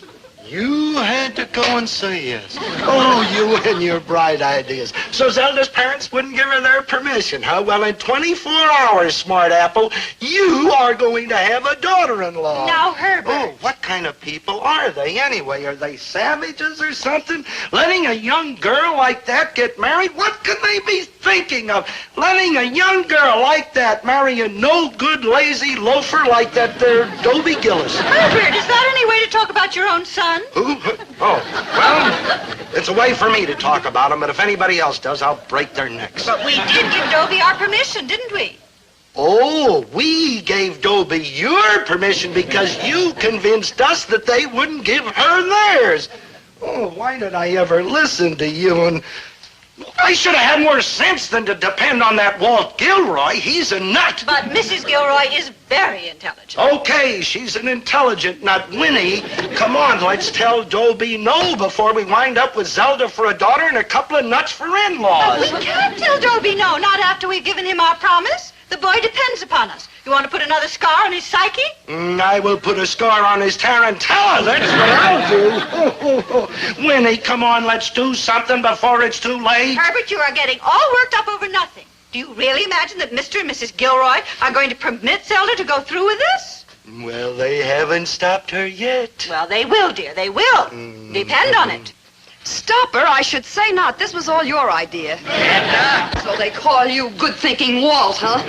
You and your ideas and your brain power. Now, look, So Zelda was going to change your mind, huh? Oh, you're brilliant. All right, she's a hardhead who can figure out hardheads, and I know exactly where she gets Don't it. you point at me, Mr. Genius. You had a plan. Old man Gillis will never give his permission. And Mrs. Gillis, she dotes on the kid. She'll never let him go. What disgusting people. Letting a kid like Dobie get married. Why, he has trouble crossing the street. That's it. They're trying to unload him on us. Well, let's do something about it before it's too late. Let's tell Zelda no. Oh, sure, that's all I have to do. Tell her no, and she won't wait till tomorrow. She'll get married within the hour, that hardhead. Walt, we must do something. Now, don't panic, Edna. Don't panic. I know that girl. I'll bet my bottom dollar she'll change her mind before tomorrow. Depend on it. The situation is desperate. Unless something happens quick, tomorrow afternoon, Dobie and I are going to be married. Married? I was depending on my parents to say no. You know what they said? Like yes? Like yes. Parents are like sneaky. The thing I can't understand is Dobie's parents. Why didn't they say no? It's like I keep telling you, girl, parents are like sneaky. Maynard, what am I going to do? What's the problem? Tell Dobie you changed your mind. Oh, I couldn't do that. Then I'd lose him forever. Uh-huh. Girls are like sneaky, too. Maynard, unless something happens quick, this time tomorrow afternoon, Dobie and I will be married. Married? Don't worry, girl. Something will happen. Like what? Oh, like something. Yeah, like getting married. Don't worry, Winnie. Something will happen. I'll make it happen. You mean you'll tell Dobie that he can't go through with it? No, somebody's got to do it. Herbert, I'm proud of you. I am not going to let that boy ruin his life. It's just that I hate to call off our dog before the Gilroys call off theirs. I didn't mean it that way. Swallow your pride, dear. Dobie is worth it. He is? Hi, Mom. Hello, Dobie. Oh, hi, boy. Son, Yes, Dad. Yes, isn't got there her my destiny. Something you'd like to say to us? Well, Yes? I thought there might be Yes? something you wanted to say to me. well... Yes, Dad. No, there's really nothing. Nothing. Nothing. Oh, well, I guess I'll go upstairs and pack my bag. You do that, For boy. tomorrow. Just couldn't do it. But something will happen. Something will happen. Something will happen. Not unless you take matters into your own hands. Now, call Zelda in here and tell her she can't go through with that wedding. I can't do it. Walt, what kind of a father are you? A cowardly kind. Walt. I'm scared. I know that hardhead. She'll run off and elope the minute I tell her she can't do it. Walt, do you want Dobie Gillis as a son-in-law? Zelda! Zelda, come in here! Yes, Daddy. Yes, architect of my future. Zelda! Isn't there something you want to say to us? Well, Yes. I was hoping there'd be something you want to say to me. Well, we... Yes? Yes? No, just... Good luck, Zelda. That's all? Well, back to packing my trousseau. Good idea, daughter. Go through with it, but don't worry, Edna. Something will happen. You'll see.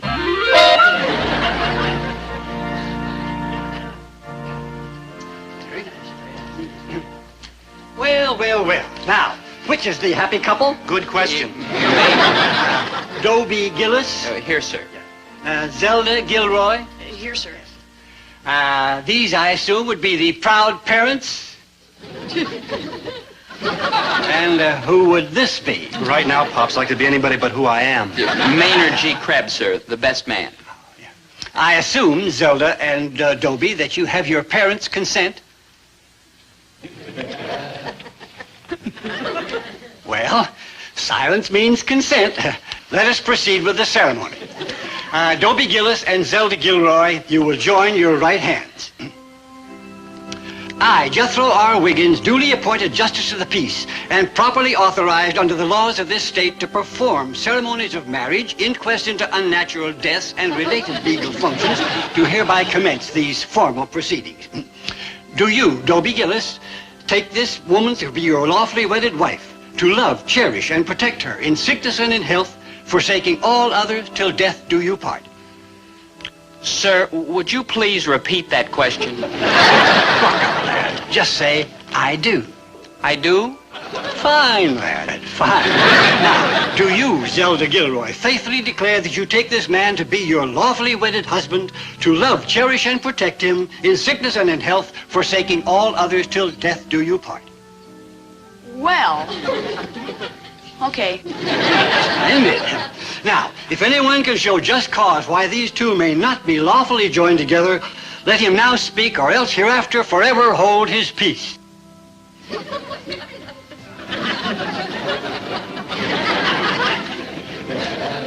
Yeah, Pops, yeah. Ooh, yeah, yeah, ooh. Yeah, what? I can, like, show just cause why these... What you said. And what is that? They don't want to get married. Married? He's too young. So she. I don't want to lose my baby. Me too. You want to get married? Do you? I asked first. No. Neither do I. Isn't that wonderful? Zelda, I love you. Me too. Well, Mr. JP, I guess it's just like you and me.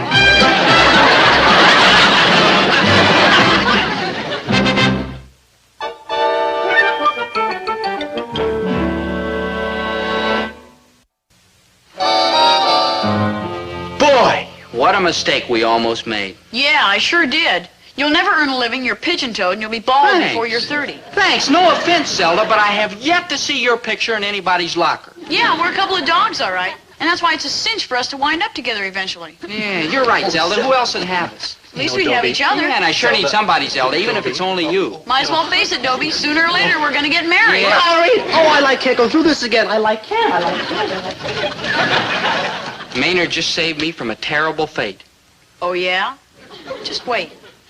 Zelda, please!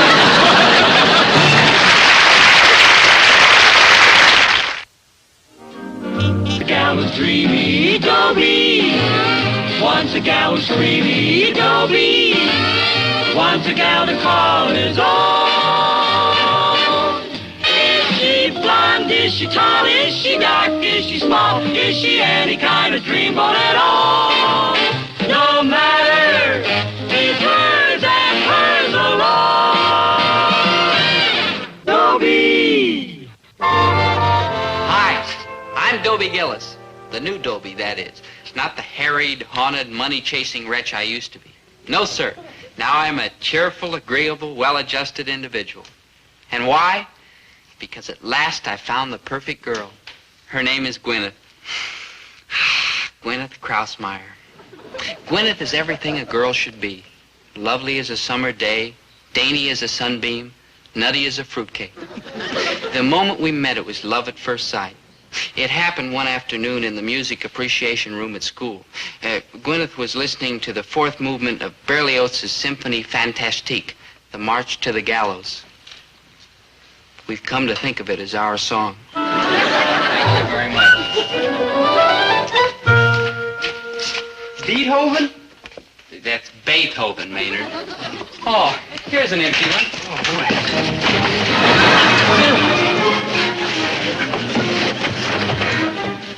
Isn't it magnificent? Huh? Those divine dissonances. Catchy. Do you really think so? Sure.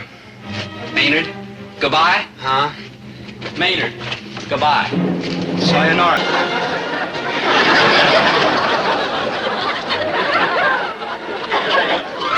Like wow, huh? Here's this gorgeous, golden, creamy girl, and she's mine, mine, mine. No wonder I'm such a cheerful, agreeable, well-adjusted individual. The only trouble is, when you're that kind of individual, certain people get suspicious. Even people who are supposed to be near and dear. Dobie, what is the matter with you? Nothing, Dad. I feel fine. Well, I don't like the way you've been acting lately. It's unnatural. How do you mean? You don't try to wheedle money out of me. You don't try to make with the cash register. Suddenly, my own son's a total stranger to me. It just so happens I don't need any money, Dad. Did you hear what he said? You don't need any money. I mean, after all, money doesn't buy happiness. So if you can be happy without money, well, who needs it? That's a very beautiful thought. Thank you. Now, aren't you ashamed of being so suspicious of Dobie?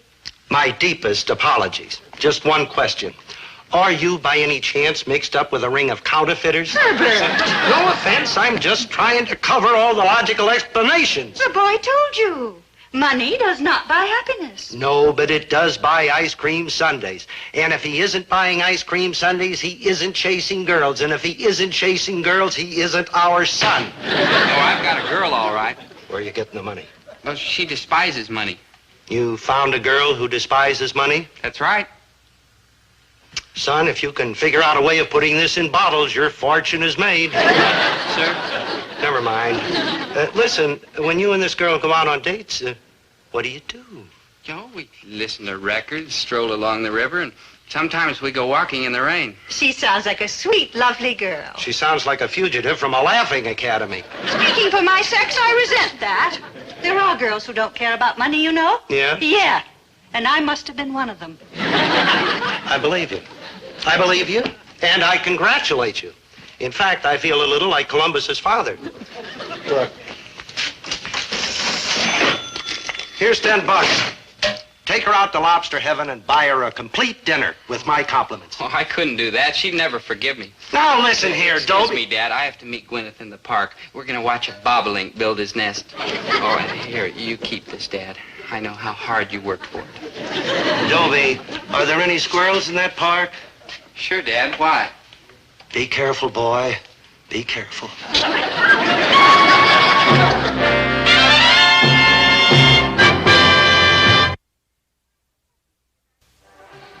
What'll we do tonight, Dobie? Oh, how about if I come over and have supper at your house? All right. And after dinner, you can take me to a picture. A movie, Gwyneth? I thought you hated movies. This is an art picture at the museum. A Bulgarian tragedy with Ukrainian subtitles. Oh, well, we'd better go early so we can get seats. Hi there. Hi. The name's Tyler. Chrissy Tyler. Mind if I turn this off? Yes. I want your undivided attention. I promise it'll be worth your while. What's on your mind, Sonny? And lose that sunny stuff. I'm 13. I just happen to be small for my age. All right, what's on your mind, little one? I'll overlook that. Look, I run a babysitter agency. I get jobs for the kids in my freshman class. So? Most of the kids have to be home early. I need some older sitters who can stay up late. So how'd you like to work for me? Go away. Listen, this isn't for peanuts. You can pick up 15, 20 smacks a week, each.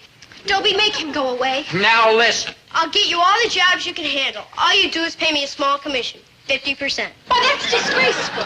Okay, 25. You know, if you were 2 feet shorter, I could go for you. Dobie, will you do something?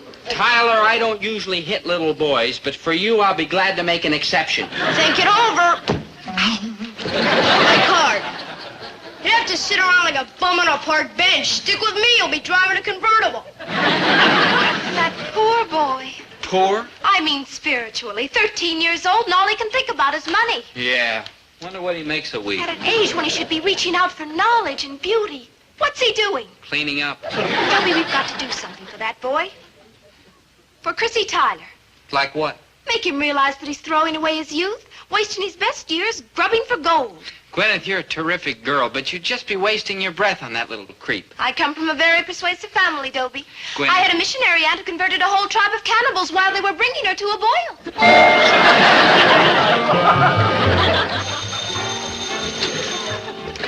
Tyler, attending service, good afternoon. Yes, ma'am, I'll send him over. Bobby Wilkins. Yeah? Miss Levy wants you again tonight, 7 to 10. Okay. 50 cents, please. You want it now? Yeah, it's a new policy, commission in advance. Well, I haven't got 50 cents. Then I'll lend it to you and pay me back tomorrow, plus a nickel interest. I won't do it. Look, I can ruin you in this town. You may never babysit again. Plus a nickel interest. Tyler, attending service, good afternoon. Gee, what a setup. Disgusting. It's like a slave market. Well, well, well, look who's here. May I? Tyler, we want to have a talk with you. I'm glad you changed your mind. Frankly, I've had trouble lining up the older crowd. Chrissy, we want to help you. Fine, when can you go to work? You know, she means help you spiritually. Deep down, Chrissy, I'm sure you're a sweet, sensitive boy with a beautiful soul. Very deep down. What's all this about? The dreadful money grubbing business you've started. Oh, give it up, Chrissy, give it up. You kidding? I'm making over 100 smacks a week. You are? Horrors.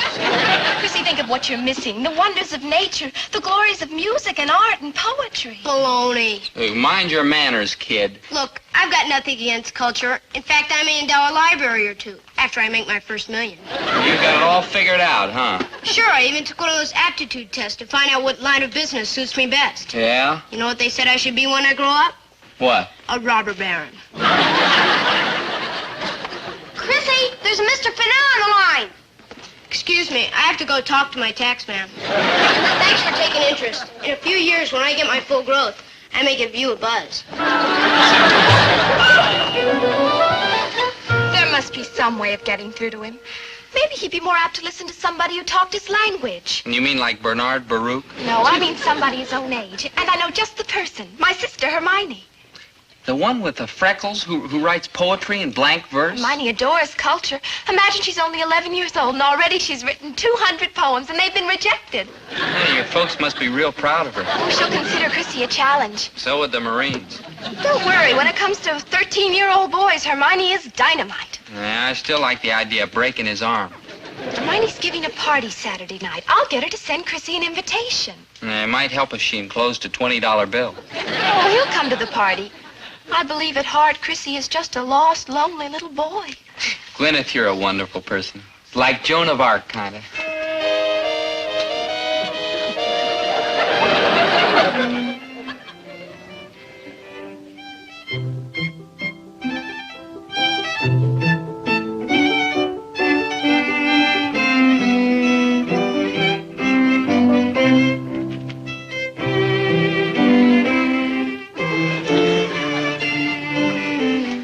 No sign of Chrissy yet. But still early. You sure you got Hermione all primed? Oh, sure, she knows how important this is to me. Geez, well, what kind of a party is this anyway? Don't the kids dance or anything? Hermione attracts the intellectual kids. Later on, there'll probably be a poetry reading. Real kicks? Gee, I hope this is Chrissy. Hello. I was invited. My name's Chrissy Tyler. I'm Hermione Grosmeyer. I'm so glad you came. Me too. Would you like some punch? Anything you say. You sit there. I'll be right back.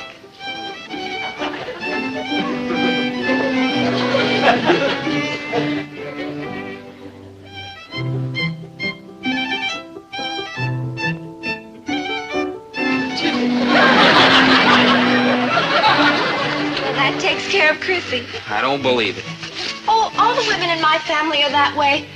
I had an aunt once who threw a rose to a matador in Madrid. He followed her all the way to Keokuk, Iowa.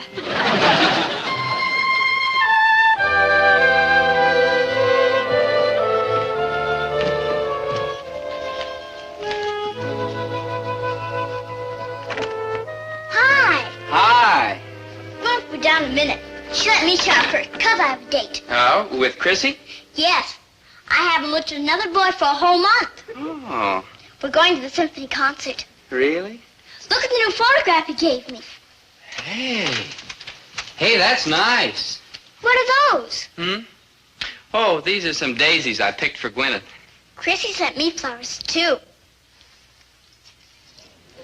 Orchids. Goodbye. I've got to go over to Chrissy's to do some work on the book we're writing together. Oh, you've got Chrissy writing poetry? This book is How to Retire at 20. How to retire at 20? It's a collection of stock market tips for the teenagers. And you're helping him? Hermione, you've changed. Well, somebody in this family has to marry a good provider. Especially if her only sister is stuck with a shiftless drip. Well, who says I'm a shiftless drip? Chrissy. But you're still young, Dobie. Why don't you try pulling yourself together?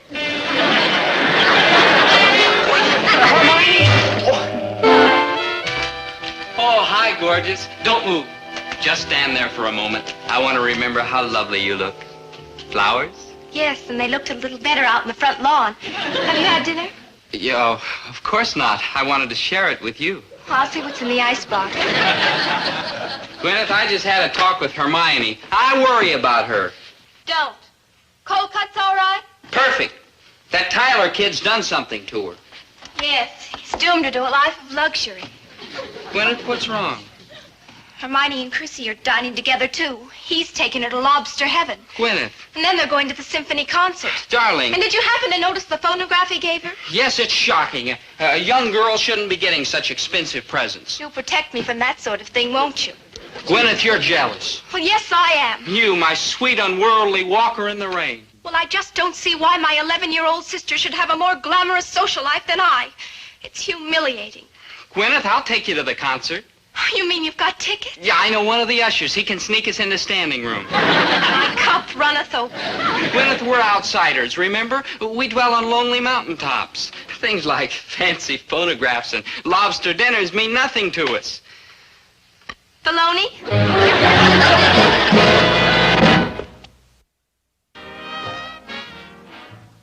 Oh, Chrissy, thank you. My dear?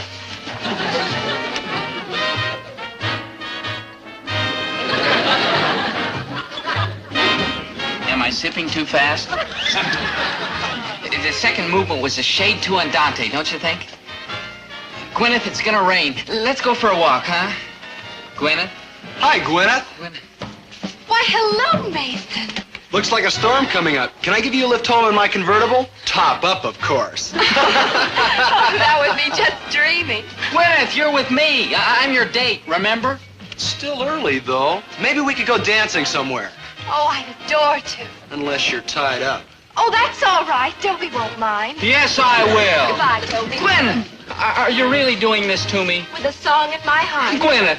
Don't worry, Dobie. My door's always open to you. It is? Of course. The only thing is, the next time you walk in... Yes? Bring money.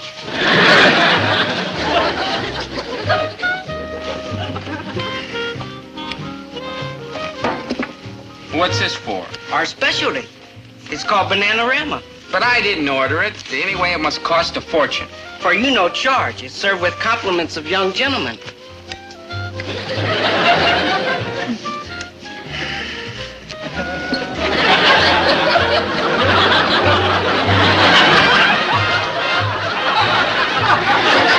I've got no girl. Why? Because I've got no money. And to get Gwyneth back, I need money. Great green gobs of it. But where? How? Now, don't get me wrong. It's not as if I haven't made an honest effort to get some. Dobie? Yes, Dad? Are you helping yourself from the cash register? Yes, Dad. May I? No, you may not. I'll pay it back, Dad, as soon as my ship comes in. What ship is that, the Titanic? Can I? Just a little? Not one thin, scrawny dive. Gosh. But it's sure good to see you back in there trying, boy. Welcome home, son. So here I am, a lost, lonely, lovelorn wreck, because Chrissy Tyler turned Gwyneth's lovely head with his ill-gotten gold. Yes, ill-gotten. Does Chrissy work in the fields for his money? Does he sit at a factory bench? No. He gets it by exploiting those poor kids.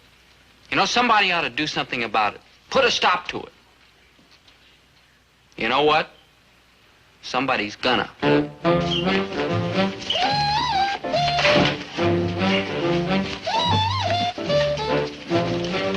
Friends, I have come here to liberate you from your bonds, to lead you out of the dark valley of slavery into the sunlight of freedom. What's he talking about? He hasn't said yet. Chrissy Tyler's exploiting you. He's living like a lord off the sweat of your brows. Will you please tell us what you're talking about? All right, I will. Chrissy Tyler may get your jobs, but who does all the work? You do. Who feeds a baby his cream of mush? You do. Who has to change and diaper him? You do. But, who's making all the money? Chrissy Tyler. Chrissy Tyler.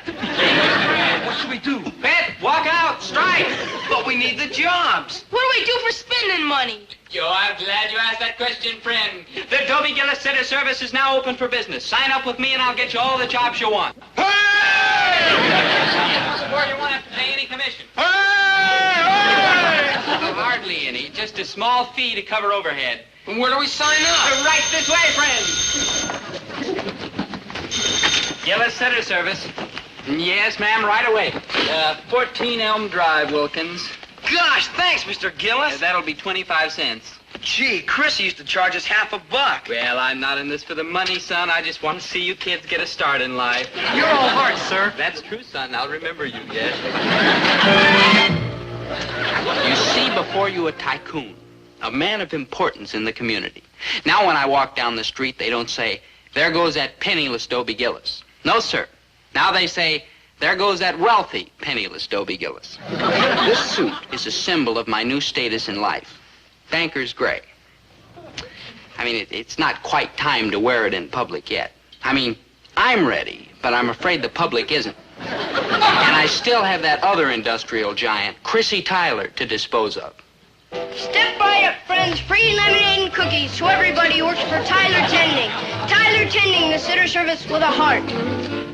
Live it up, kids. It's all the dream. Compliments of the Gillis Sitter Service, the workers' friend. Here you are, my dear. Just take that. Free kittens to all loyal employees of Tyler Tending.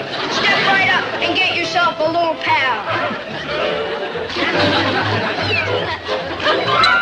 Vanderbilt, Carnegie, Rockefeller, and now Gillis. At last I know how it feels to have power and guide the destinies of others. I only wish I had it so easy with elementary algebra. But you see, out here in the park with my office in my hat, I'm sort of like a 17-year-old daddy warbucks. Counseling, advising, helping the ordinary people. The Gillis Sitter Service offers you security, the 6-hour week, vacations with pay, and when you retire at 16, old age pensions. Hey, Mr. Gillis, look!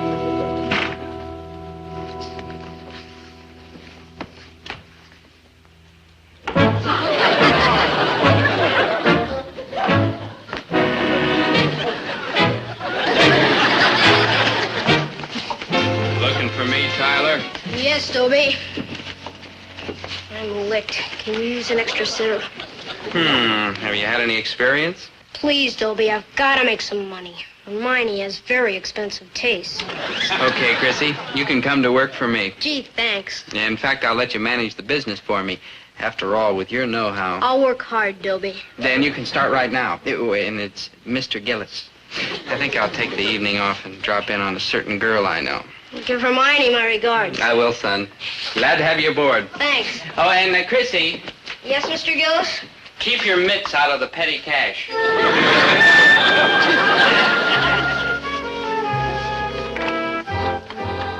Why, don't... Just happened to be in the neighborhood, driving through in my convertible with power steering, white wall tires, and a hi-fi AM and FM radio. You bought a convertible? Well, I rented it, but I may decide to hang on to it. Dobie. If you happen to be free, I thought we might dine together. You mean eat out? Of course. One hears there's a little spot in town called Lobster Heaven where the cuisine is not unspeakable. Dobie, I can't. Huh? I don't like lobster. It makes me break out in spots. Well, couldn't you order something else? Dobie, it's no use. But I had the whole evening planned. Lobster dinner, dancing under the stars. Well, I was even going to stop and get you orchids. Orchids make me break out, too. Dobie, I found out I don't like fancy living. At heart, I am an outsider. You are? Well, that's wonderful, because deep down, so am I. This glitter, this glamour, this isn't the real me. No, Dobie, it's too late. No, it isn't. Look, here's the $20 I was going to spend on this tonight. Watch. Oh, Dobie, don't. For you, I'd do it gladly. Dobie, it's no use. I'm in love with somebody else now. How can you do this to me? I couldn't help myself. It was love at first sight. With us, too. He's a remarkable person, a simple, unaffected child of nature. Like hi. Peter, you snake. I'm sorry, Dobie, but I thought you and Gwyneth were like Splitsville. Come on, chick. We'll be late for the concert. You're going to a concert? Yeah, I'm on the long hair kick now. Man, that Beethoven is real gone. Beethoven, Maynard, Beethoven.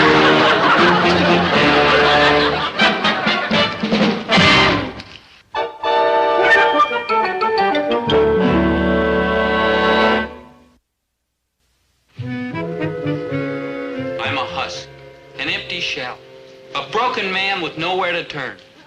But I'll forget about girls and bury myself in business. I'll become a captain of industry, cold, ruthless, hard as steel. And when people ask me what made me so mean and cruel, I'll look at them and say just 2 words. Gwyneth Krausmeyer. Mr. Gillis, Yes, Ellen? we figured something out. What? If we didn't need Chrissy, we don't need you either. We're starting our own sitter service. I'm president. And I'm vice president. I'm secretary. I'm treasurer. I'm dead.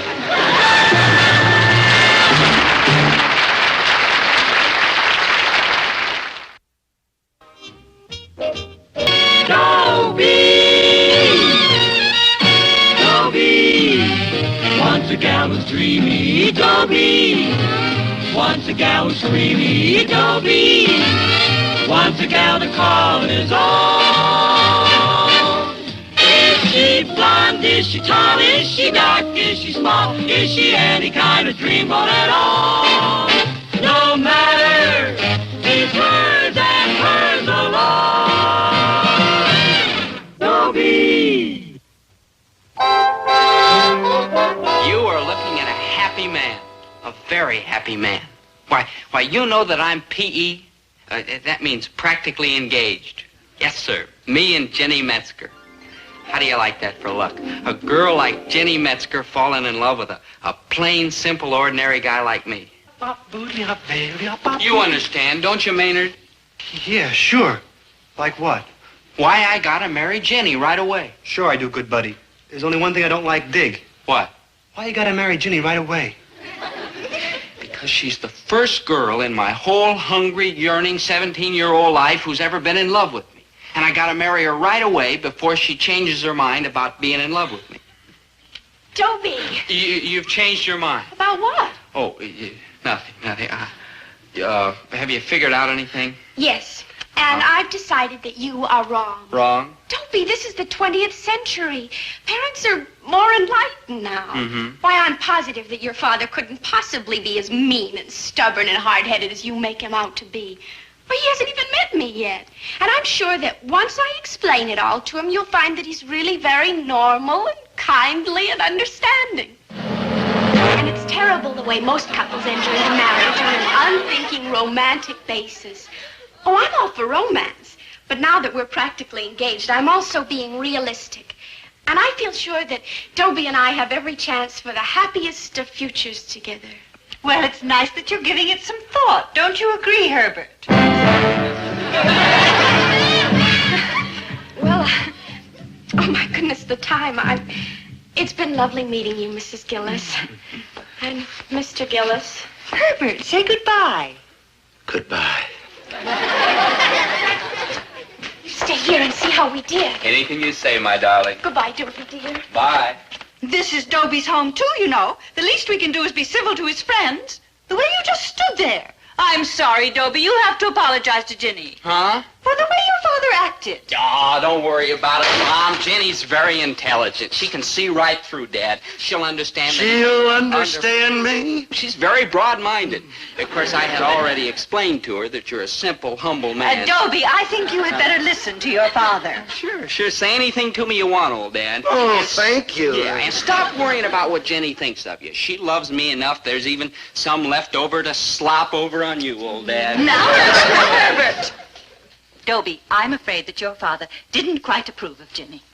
Huh? It's impossible. Listen, tell me one thing. What were those, whatever it was she was almost wearing? They're short shorts. Really? Are you sure they are not short shorts? Or even short shorts? Oh, you know perfectly well what they're called. My grandmother wore a lace choker that came lower than that. Well, she probably didn't have Jenny's legs. I don't know. I don't even know if she had legs. Nobody knows. What on earth has your grandmother got to do with it? She's got this to do with it. She is the kind of a woman my grandfather married. She is the kind of a woman my father married. She is the kind of a woman I married. Me? And she is the kind of a woman he's going to marry. Without legs? Barring high winds and traffic accidents, we'll never know. Oh, Dad, there's nothing wrong with short shorts. How would you feel if your mother ran around in things like that? Well, I think she'd look very nice. Thank you, Dobie. Yeah. Say, you know, Mom, some of the shorts are shorter than the others. Listen! Now you get these ideas about marriage right out of your head. Now, Herbert, if they do decide to get married... What do you mean, if? It's all decided. But, Dobie, dear, you haven't given this enough thought. Well, there's nothing to think about. She loves me. I love her. What else matters?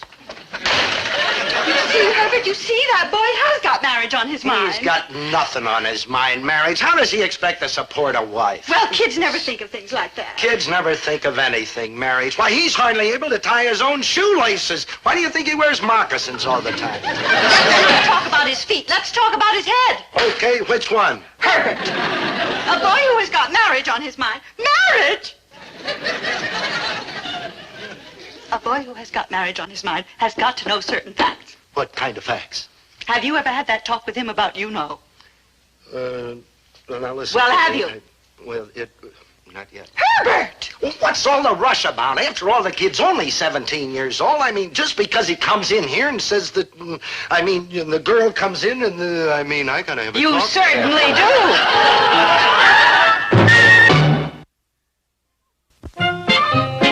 Dobie, do you know something? Your father's justified in thinking that you can't support us. Huh? But I've got the answer. Oh, boy. You're going to work. Work? Oh, And prove boy. that you can't support us. Work? No. And then he'll be on our side. Well, I can't hold a job. Well, of course not. That's why you're going to be an employer. Me? Him? You've got to be an employer, Dobie, dear. I mean, it takes brains to hold a job, but a boss... A boss doesn't need brains. Well, a boss just has to be a boss. Yeah, that makes sense. Yeah. What am I going to boss? We are starting a babysitting service. A babysitting service? No, it won't work. Work? Maybe. Well, nothing's going to work with that negative attitude. Dobie, you've just got to be more positive. All right, okay, I'm positive. Good. I'm positive it won't work. Work? Maynard? Your problems, Dobie. You lack confidence in yourself. Then I'm right. Ah, but I'm going to give you confidence. How? By putting you in charge of the simplest human organism, a baby. Yeah, they're pretty simple, all right. Messy, but simple. Beat the competition by being super efficient babysitters. Yeah. We'll need a whole list of supplies. We'll need safety pins and Safety baby pins, powder baby and baby powder, food and baby baby- oil and, well, all that stuff. You could get it all at your father's grocery. Yeah, we... Just a minute, no, I'm sorry. I said you can get it all from your father's grocery, boss. Boss? Boss, yeah, it might work. Work?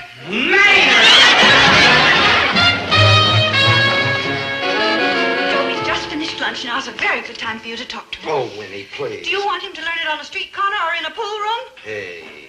He's coming. Here and now, Herbert. Bye, Mom. Goodbye. Oh, my baby. What's the matter with Mom? Never mind. Son, there's something I want to talk to you about. Well, I don't really want to, but I gotta. Sure, Dad. What do you want to talk to me about? Did you ever think about hanging around a pool room? No, sir. You're going to learn a lot around a pool room. About what? About how to play pool. I don't think I'd like pool. Where are the nipples, Dad? In the bottle. Well, as long as we're on the subject of pool, you know how fellas talk around a pool room. What fellas? Any fellas. Well, I've never been in a pool room. Oh, well, you could have hung around one and saved me a lot of trouble. Well, I'd be glad to, Dad. Oh, good, fine. That's settled then. Only there isn't any pool room in town. Dobie. Yes, sir? There's something I want to talk to you about, and it's very serious. Serious? Very. Whatever I've done, I'm sure I didn't do it. It's nothing you've done, I don't think, yet. Dear, I can explain it. Dobie? Or it wasn't my fault. Now, Dobie. I swear. Shut up! Yes. Now, son, as you probably know, there are two sexes. Boy, do I know it. Knock that off, mister. This is serious. Yes, sir. Now, how do I begin? Should we start with birds? Birds? Why, birds? Well, Dad, you see, they're very much like people. Not any people I know. Oh, Dad, I mean, they get married and live together all their lives, and they have courting habits. Where did you learn all this? I learned it in school. In school? Yeah, now you take egrets, for example. The egrets, you know, those birds with the long, skinny necks. Now, you see, the male egret and the female egret sit side by side, and they kind of wind their necks around each other and kind of nibble on each other's plumes. This was in school, too. Yes, sir. They showed movies. Wait till the next PTA meeting. I'll have something to say. Yeah, now, there was a movie about the ruffed grouse, too. What's that? The ruffed grouse. It's a Scotch bird with a big ruff of feathers around its neck. You see, the male grouse roughs out his neck to attract the female. This was in school, too. Now, the female, she just sits there playing hard to get. With schools like that, what do we need with pool rooms? Yeah. And the male grouse drums his foot to excite the female's interest. What's that kind of talk, boy? Your mother's upstairs. Where's the talcum powder, Dad? In the other rack. Oh, yeah. You mean, they showed movies of this? Yes, sir. Visual education, they call it. That ain't what I call it. Anything else you want to talk about, Dad? No, I guess not. Well, I'll be seeing you. Son, I'm glad we had this little talk, and remember, I'm always here. And if there's ever anything you need to know, why, don't go to strangers. I appreciate that, Dad. Well, that's what Polly's are for. Gee, thanks, Dad. Well, did you have your talk? We sure did. Did you tell him everything? He did. I did everything. And you know, Winnie, I'm kind of glad we had that little talk. I could tell that you'd talked to him. I could see the change in him when he walked out of here. Taller, straighter, finer, carrying that box. Yeah. Winnie, do you know what a ruffed grouse is? My baby. No, it's a crazy bird, see? Was he delivering an order? Dobie? Oh, you're kidding. In fact, it's two crazy birds, see? A male and a female. What did Dobie have in the box? Oh, he had a whole bunch of stuff. He had a list: strained vegetables, talcum powder, baby oil. Baby oil? Yeah, and you see, these grouse, they have these big ruffs of feathers around their necks, see? What was Dobie doing with all those baby How grouse? should I know? And this crazy man grouse, see? He drums on the ground like that, see? Strained vegetables, talcum powder, baby oil. Yes, Herbert. Our baby is married. Winnie, our baby is not only married, our baby's got his own baby.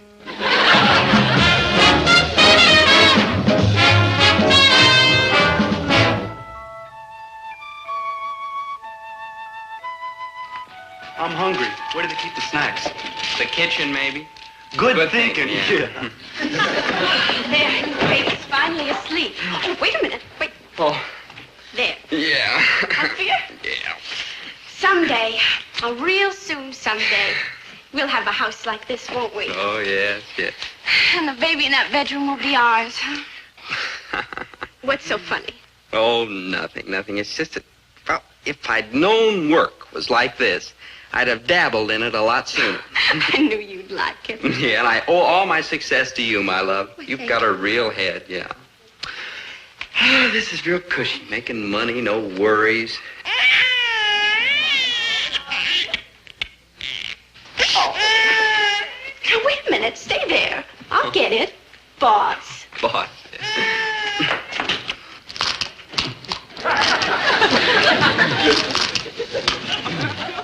Hey, Pops, these people got real crazy snacks for their sitters. Maybe you ought to, go help her. No, not me. I'm in the executive end.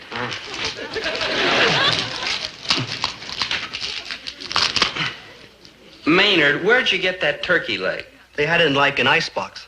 What kind of an icebox? About 6 feet long, 4 feet wide, and opens from the top. Maynard, that was the deep freeze. Cool. Putting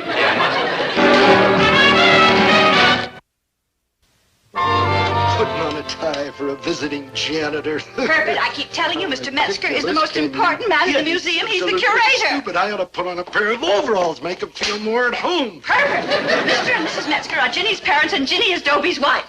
Wife? And I have invited them over here so that we can meet them and have a nice, pleasant, civilized talk. All right, all right. Oh, my goodness, there they are. Well, tell them to park their dustpans and brooms and come on in. Herbert, you promised. I promised. 18 times I promised. No yelling. All right. And lead up to the subject of the marriage gently. Remember, this may be as much of a shock to them as it was to us, so be subtle. I will be subtle. I will be gentle. I will be polite. I will be refined. I will bow from the waist. I'll raise my pinky. I'll do a curtsy and go answer the door already. Just pleasant conversation until they're settled. You must be Mr. and Mrs. Metzger. I'm Winifred Gillis, and this is my husband, Herbert Gillis. How do you do? How do you do? How do you do? Well. Well. Well. How about this stupid marriage, huh? Well, I don't know. I was young, and it was springtime, and the lilacs were in bloom, and her family had a little money. Well, shall we all sit down and have some cake and some coffee? Mrs. Metzger, you sit there, and Mr. Metzger, you sit here, and Herbert, you sit over there.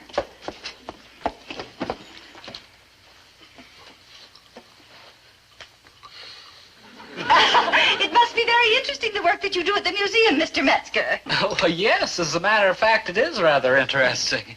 Quite a lot of responsibility, too. We've just added a new wing, you know.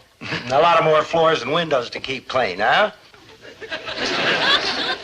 I happen to be curator of the county museum. Yes, we know, and it doesn't make a bit of difference to us. If there is one thing we are not, it's snobs. Of course, it may look to you like we live pretty high around here, but deep down underneath, we're just plain, simple folk. Mr. Metzger is curator. Herbert, being curator is a very important position. Well, certainly it is. And that's what I always say, pal. Cleanliness is next to godliness, so you just keep doing your job out there. You just keep that museum spick and span. And one of these days, somebody is bound to notice. Well, enough of this idle chitter-chatter here. What about this ridiculous marriage? Well, I don't know. It was springtime, and I was young, and the lilacs were in bloom, and her family had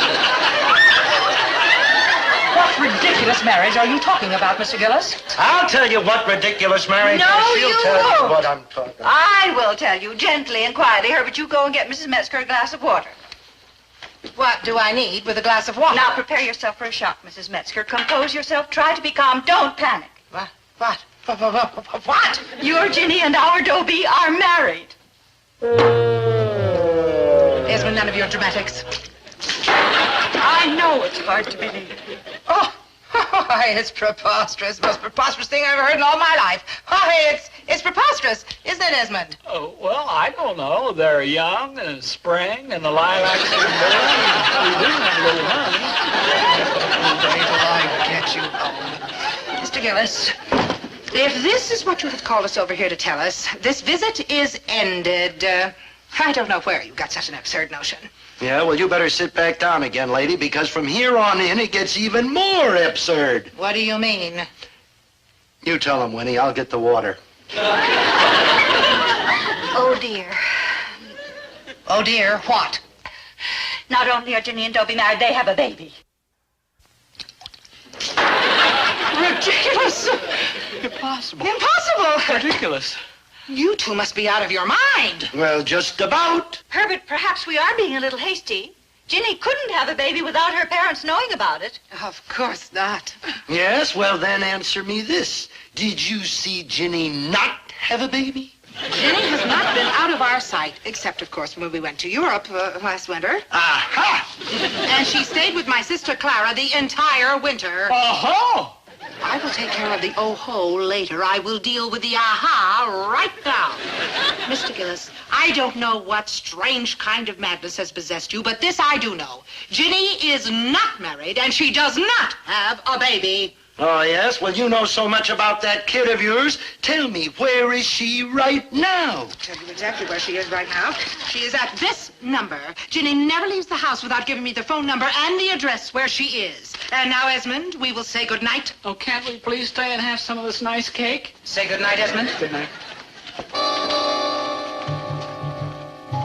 Thank you for a very lovely evening.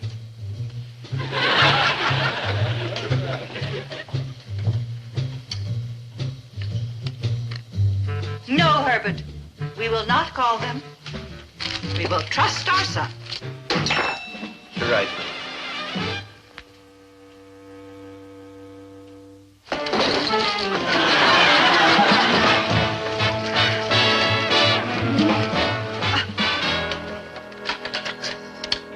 Man, if I knew work was so easy, I wouldn't have wasted all my time loafing. Oh, I think maybe he's hungry. It's almost time for him to have his breakfast.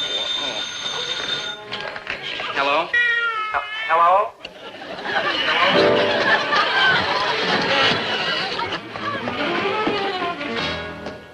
Maynard, here, take care of the baby. Maynard, I'm gonna go help Jenny in the kitchen. Cool, man. Hey, we'll like watch TV together, huh?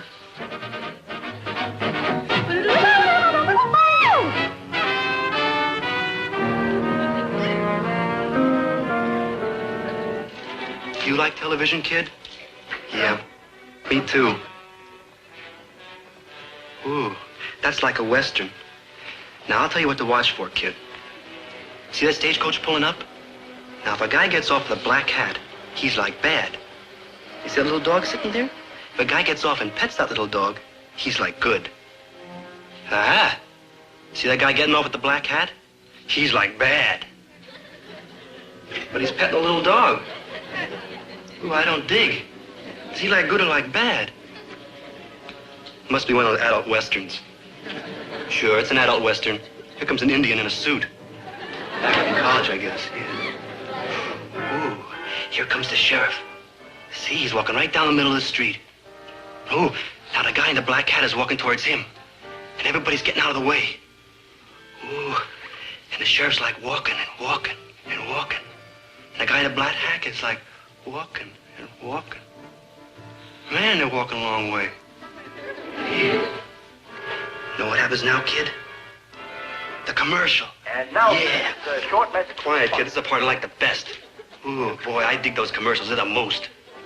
Ooh. Look at those medicine bottles marching up and down. Yeah, and it's like educational, too. I mean, his stomach with all those little A's and B's going through. Ooh, I hope the A's win tonight. All right, kid, it's time for you to go to bed. Oh. Hey, I didn't know we had little hammers in our heads. When did we get, like, headaches?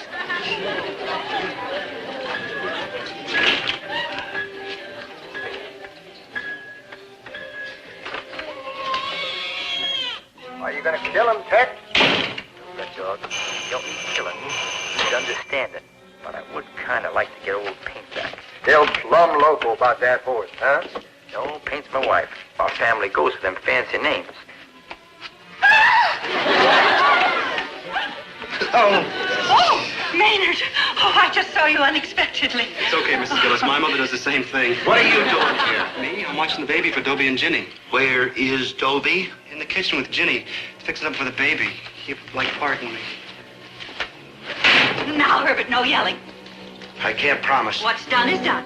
Look, a regular love nest. Oh, we must face it and try to understand. I can't understand it. I just can't understand it. They're married and have a baby. That I can understand, but what? But how does Dobie keep up a place like this on an allowance of $5 a week, which I haven't given him for 6 weeks? Quiet, please.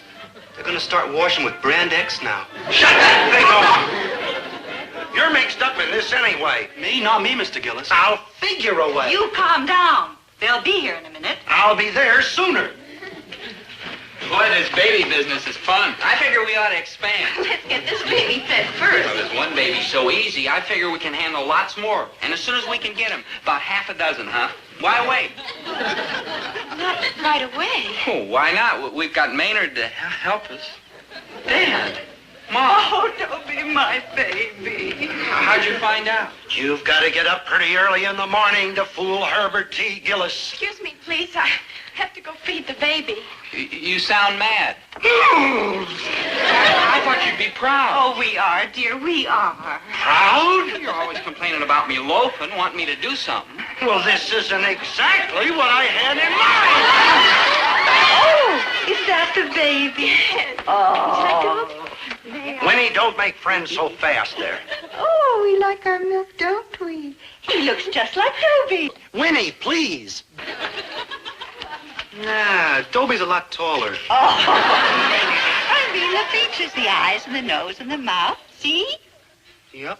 They're all there. Dad, I can explain It's everything. all right, son. You're married now. We understand. We're your parents. Dad, you're wrong. I am not wrong. I distinctly remember bringing you home from the hospital. No, Dad. Yes. I didn't believe it at first myself, but they brought you in, and there was a little bracelet, baby Gillis. I made them double check it. Dad. Winnie, will you please? Here, give me that baby. Dad. Why, sure. No. You don't know what you're doing here. We're going to find out. Yep, temperature's right. Hey, here we go. How's that, partner, huh? Hey, he's a big one, ain't he? Dad look like Oh, Big shut Flame. up. Yes, sir. Oh, Winnie, it's been a long time since I was a father.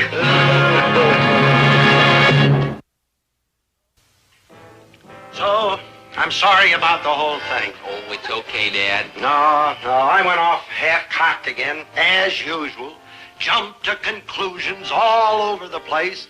Made a darn fool out of myself. And don't you ever do it again. Yes. How about that? The good guy's wearing a black hat.